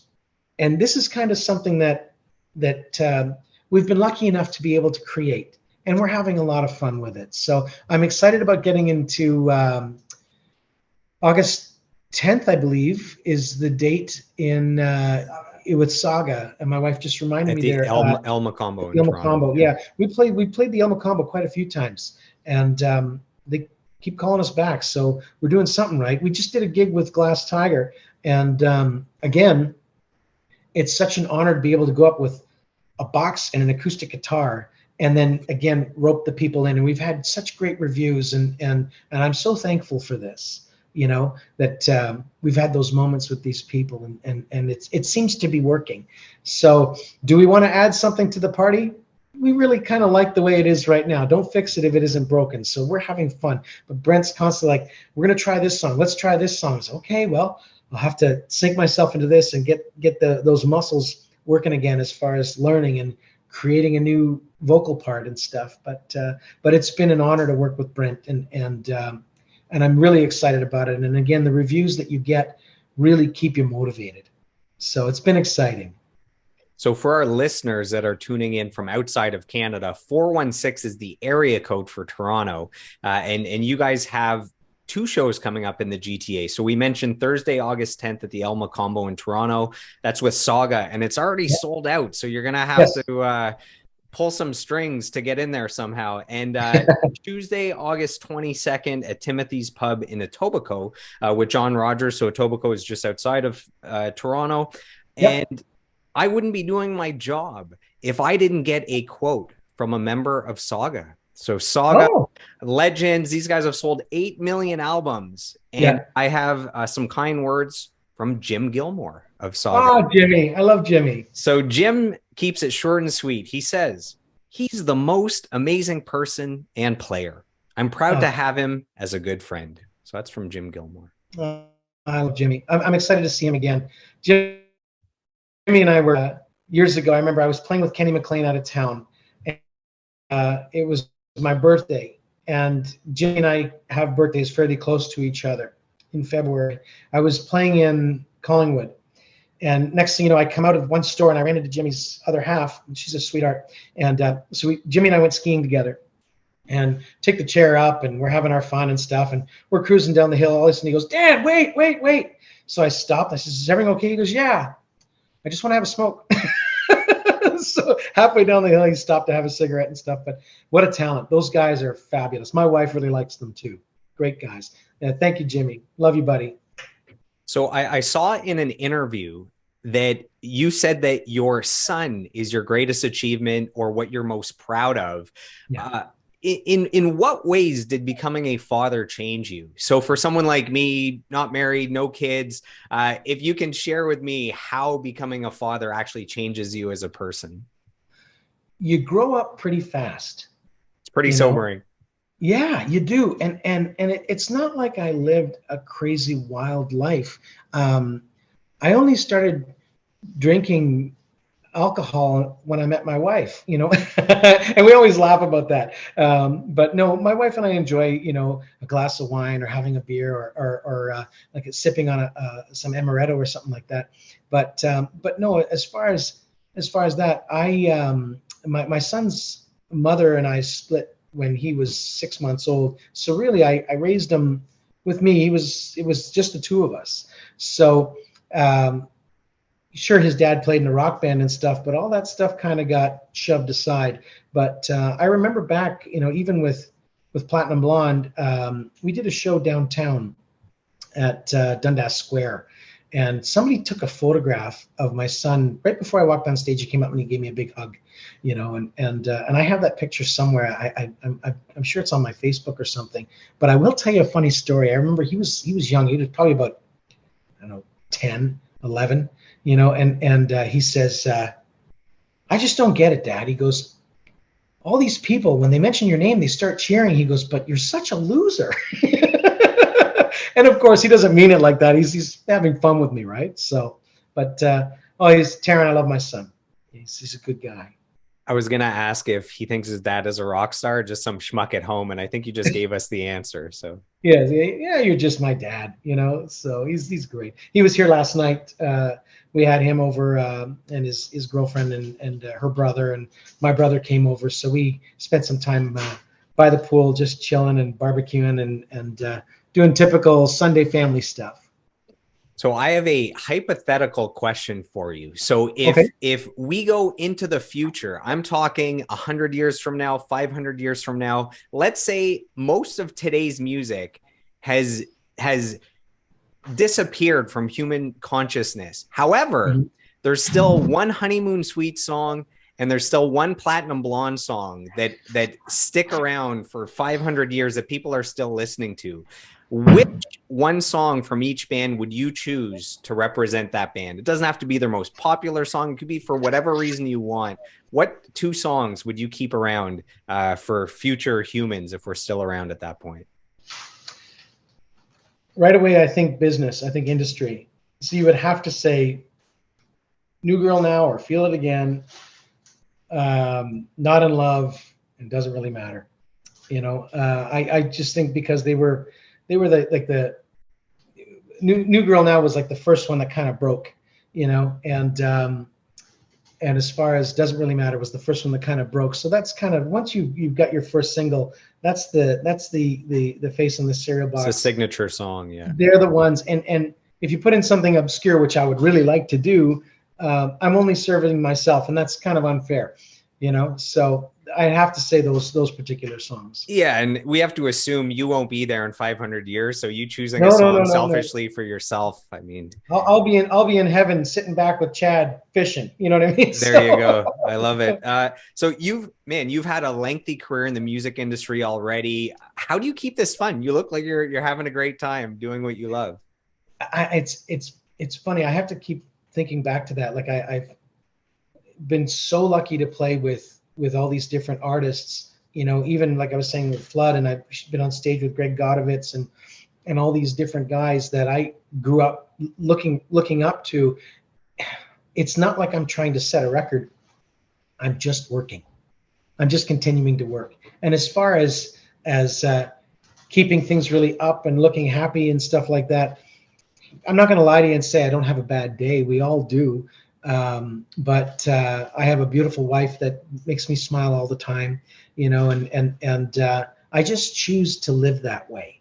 I have a choice when I wake up. Is it going to be a good day? Is it going to be a bad day? I'd rather it be a good day, so keep smiling and keep working. Just don't stop. Oh, you play with them and them and them. Geez, I remember that. When was that? You think back to a long time ago. And again, it doesn't make me any better than anybody else. I've been really blessed. Yeah, the kind words for your wife. You're not just saying that because she's in the room. You would have said that either way, right? We know. No. Here's the thing: is my wife is my best friend in the whole world, and even like we have a mutual friend. You all know him, and I don't have to drop names. It's not important. But he looked at us and he goes, "You guys have something very special," and we do. When we go places, I'm always holding her hand. And at night it's you don't go to sleep mad. You lean over and you give them a kiss goodnight, and it's time to shut things down. But we have our routine. We wake up in the morning, and when she gets up, there's a coffee waiting for her. Sometimes I'm running a little bit behind, and just hang tight, and it'll be there pouring at the moment. But no, she's I wouldn't be the person I am without her. And I'm not saying this to blow smoke up anybody's rear end. I'm being honest. And I'm proud of the person I've become because of her. That's the best way I can describe it. Yeah, you guys are always posting pictures of you're out doing this, you're on adventures, you're having a great time. So you guys give the rest of us, you make us set relationship goals just looking at you guys. So that's always good. It's not fake though. That's she just said it's not fake. It's funny because, and she's so creative, being a TV personality, and I remember, it was right in the middle of pandemic. I turned 50. What a terrible time to try and throw a party. But we were able to have, because of her, we were able to have a party with, probably about between 1,500 and 2,000 people. And how she did it was online. We had all of our computers set up, with Facebook and fan pages and phones and everything. And we went live and allowed everybody to chime in on it. And so as we're having my birthday party right here in the kitchen, we saw all these people and we were messaging people back and forth and talking to everybody. And it was the most fun for us to do, because it was like everybody was right there with us. And that's not me, that's her. She's so sharp this way. We could do this, and she just turns it on and it's right there. So I'm very proud to call her my wife. That's for sure. So we do something here on the podcast. We like to finish with some rapid fire questions. So yep. I got a whole list here that we can blast through. So I will ask quickly, you will answer quickly, and we'll wrap everything up with a nice bow. Is that okay with you? Love it. All right. So rapid fire questions. Number one, here we go. What would you be doing if you didn't become a musician? An electrician. That's a sexy side hustle there. Did you ever get to a point where you seriously considered quitting the music business? No, it's a disease. Yeah, I've heard at Metalworks, Alex Andronacki would say it's called the evil gene, that once you have the evil gene, you can't turn away from that. Yeah, you can't shut it off. What is the craziest, sweetest, funniest, or most memorable fan interaction you've had over the years? I remember one time somebody asked me to sign their arm, and then a couple days later, I got a message sent to me on Facebook that they had my signature tattooed into their arm. So that's kind of crazy, if you want, because it's permanent. That's about as crazy as it gets. Yeah.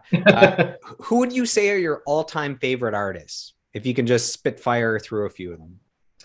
Angels and Airwaves, Tom DeLonge. I think he's great. He's got that humor, but he's pretty intense. Rob Thomas.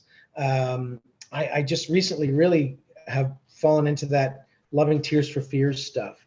Of course, I go back to the Vertical Horizon thing. You go back to your old favorites. I love the 1975,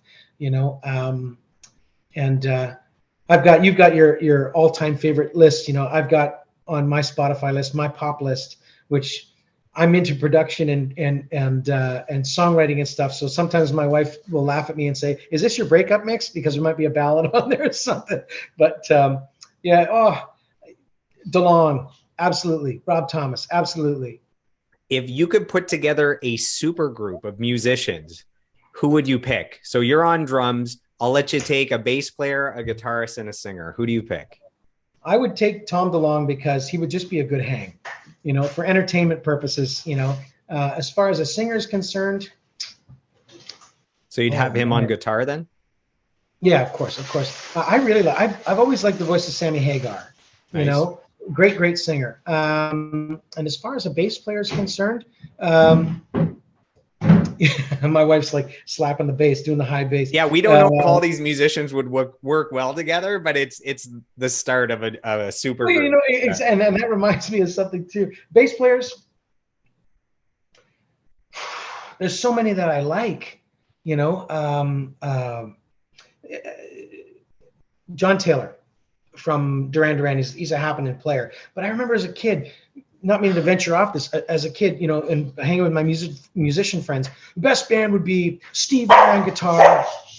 Yes, my dog on vocals, Steve Vai on guitar, Neil Peart on drums, and Les Claypool on bass. And I'm thinking that band would probably sound terrible, because it's that magic of those people that makes something work. So, but that's a great question though.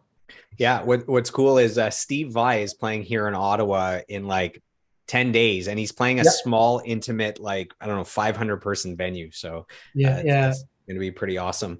I know his drummer. Yeah. He's a good guy. What is the best live concert you've ever seen? I took my parents to see Pink Floyd, and that was fascinating. Um, but as far as live shows that I've seen, musically, I'm going to say something that inspires me musically, Culture Club. I love that band live, and I'm not saying this because my wife and I have become friends with them. I'm going to say this, that it's so well done and so pro, and we really got so much of that on the road with them and watching, and this is just a very slick act. If you haven't seen them, I think they're in Toronto tomorrow.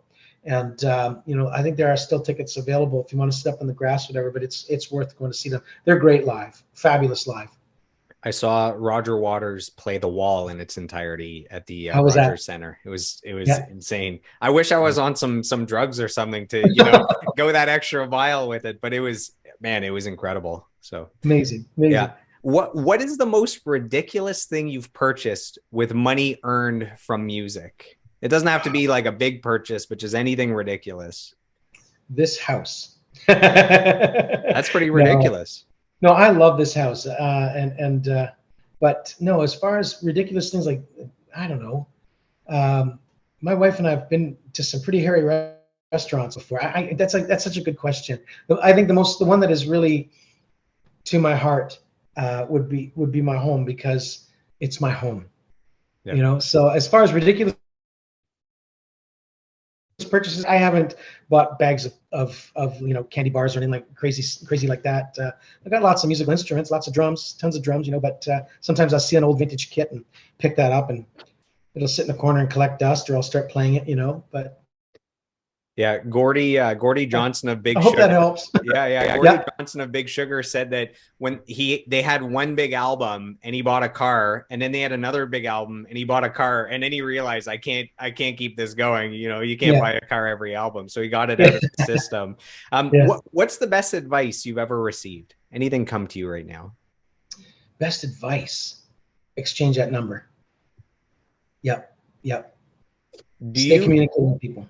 Do you have $1 million idea that you're sitting on? Yes.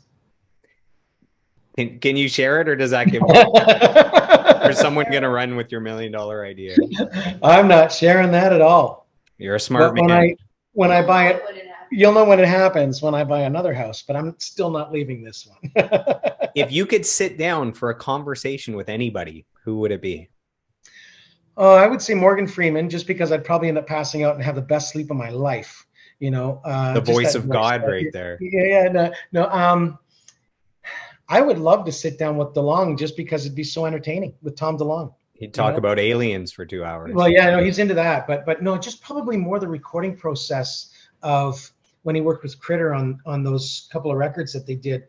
When I first heard them, it was like, wow, something new. So that, to me, I would find fascinating, just to hear his recording process and how he comes up with ideas. So final question here for rapid fire. Yep. Let's say you were wrongfully accused and found yourself on death row. You get one final meal. What is your death row meal? So you can have a meal, let's say a drink and a dessert. What do you choose? What do you go to? I'm going to have a hot dog. How dare you, sir? How dare you, sir? My wife is going, oh, that's disgusting. Your drink and your dessert better be glorious to make up for this hot dog choice. You know what? I really like, I drank sparkling water forever, but you know what? I really have a taste for Stella. I'd like a Stella beer. And as far as a dessert, it'd have to be something salty like chips, because I'm not more of a sweets guy. I'm more of a salty kind of guy. So that might sound kind of weird. Some sodium with the hot dog, I don't know how much sodium is in Stella beer, but I know there's sodium in chips. So it'd be a diet of sodium. Okay. So to put things in perspective, your final death row meal could be provided to you at a baseball game. That's how random your choice is. But we'll let that slide. This is your decision. So I have just a few more questions, and these are deeper, a little more difficult, so you don't have to rapid fire through them. Do you have any dreams in your heart that you still have not attained? Is there anything you still have that you're working towards? You know what? I'm still going to continue doing what I'm doing, but it reminds me of what Jim Carrey said in an interview when he decided to just retire. I am enough. I have enough. I've done enough. Okay. I'm nowhere near the status of what Jim Carrey has ever done, nor may I ever get close to it. But you know what? I am really happy in my life. I'm really happy in what I've accomplished. And I'm really happy in what I'm doing right now. And I think it's a choice that it's not a choice that I'm saying this. It's just something that I've learned to live with. I'm so content where I am. I hope that answers your question. That might be the best answer. That makes up for your hot dog answer, so that's okay. My wife is still laughing about that. Yeah. So we have a tradition on the podcast where we have the guest leave a question for the next guest without knowing who it is. So I'll start with the question that's been left for you. So this comes to us from Ken Tizard, the bass player for the Watchmen and Thornley. Awesome. His question is, what is your favorite piece of clothing that you've left behind at a gig that you were never able to retrieve again? Okay. So this brings me back to my wife and I, where we were in Boston, and I bought a Ramones t-shirt, and if I remember correctly, it was an authentic, vintage t-shirt, and I wore it live in Edmonton. And after the show, I remember I was drenched, just like just pulling it off my body, and I threw it down next to my bag and put on something dry. And then after the show, there were people in and out of our dressing room. And after the show, my shirt's gone. And a couple of days later, I see it on a fan on Facebook, so it's like, so I would say it's my Ramones shirt, someone took my shirt and it was covered in Dan sweat, so. That's what they were looking for. They wanted the sweat more than anything. That's a super fan. It's hard to get angry at a super fan, Well, I still miss that shirt because number one, I bought it in Boston. I love Boston, and little things mean everything to me. So every time I'd wear that, I'd be like, hey, this is Boston, So it's like our collection of Starbucks mugs from all over the world, And can you now pay it forward and provide a question for the next guest without knowing who it is? Okay. If you're a traveling touring musician, and money is no object, I'm going to say, what would be your dream rider? Okay. You can have anything you want. You want to be crazy. You want to keep it cool. What's it going to be? That is a great question. I'm excited. I hope I haven't taken somebody else's idea with that. No, nobody's ever asked that. So that's a good question. Two more questions for you. Yep. When you look back on your life and career, what are you most proud of and what are you most grateful for? I'm proud of everything that I've been able to do and accomplish, and I'm grateful for all of those things. I just would do my best in trying to stay humble with it because, again, I've been so lucky, so blessed with all this stuff. So as far as the most, I just kind of stay focused and keep going forwards. I can't say that there's the most. Sure, of course, playing with Alana Miles was amazing. Playing with Jimmy Jameson was amazing, and these are all moments that I'm proud of. So getting my new truck, I was proud of that. So being on your podcast this whole thing here is it's been great for me. I've been excited about it. So I'm thankful for everything. Amazing. It's good to have that gratitude.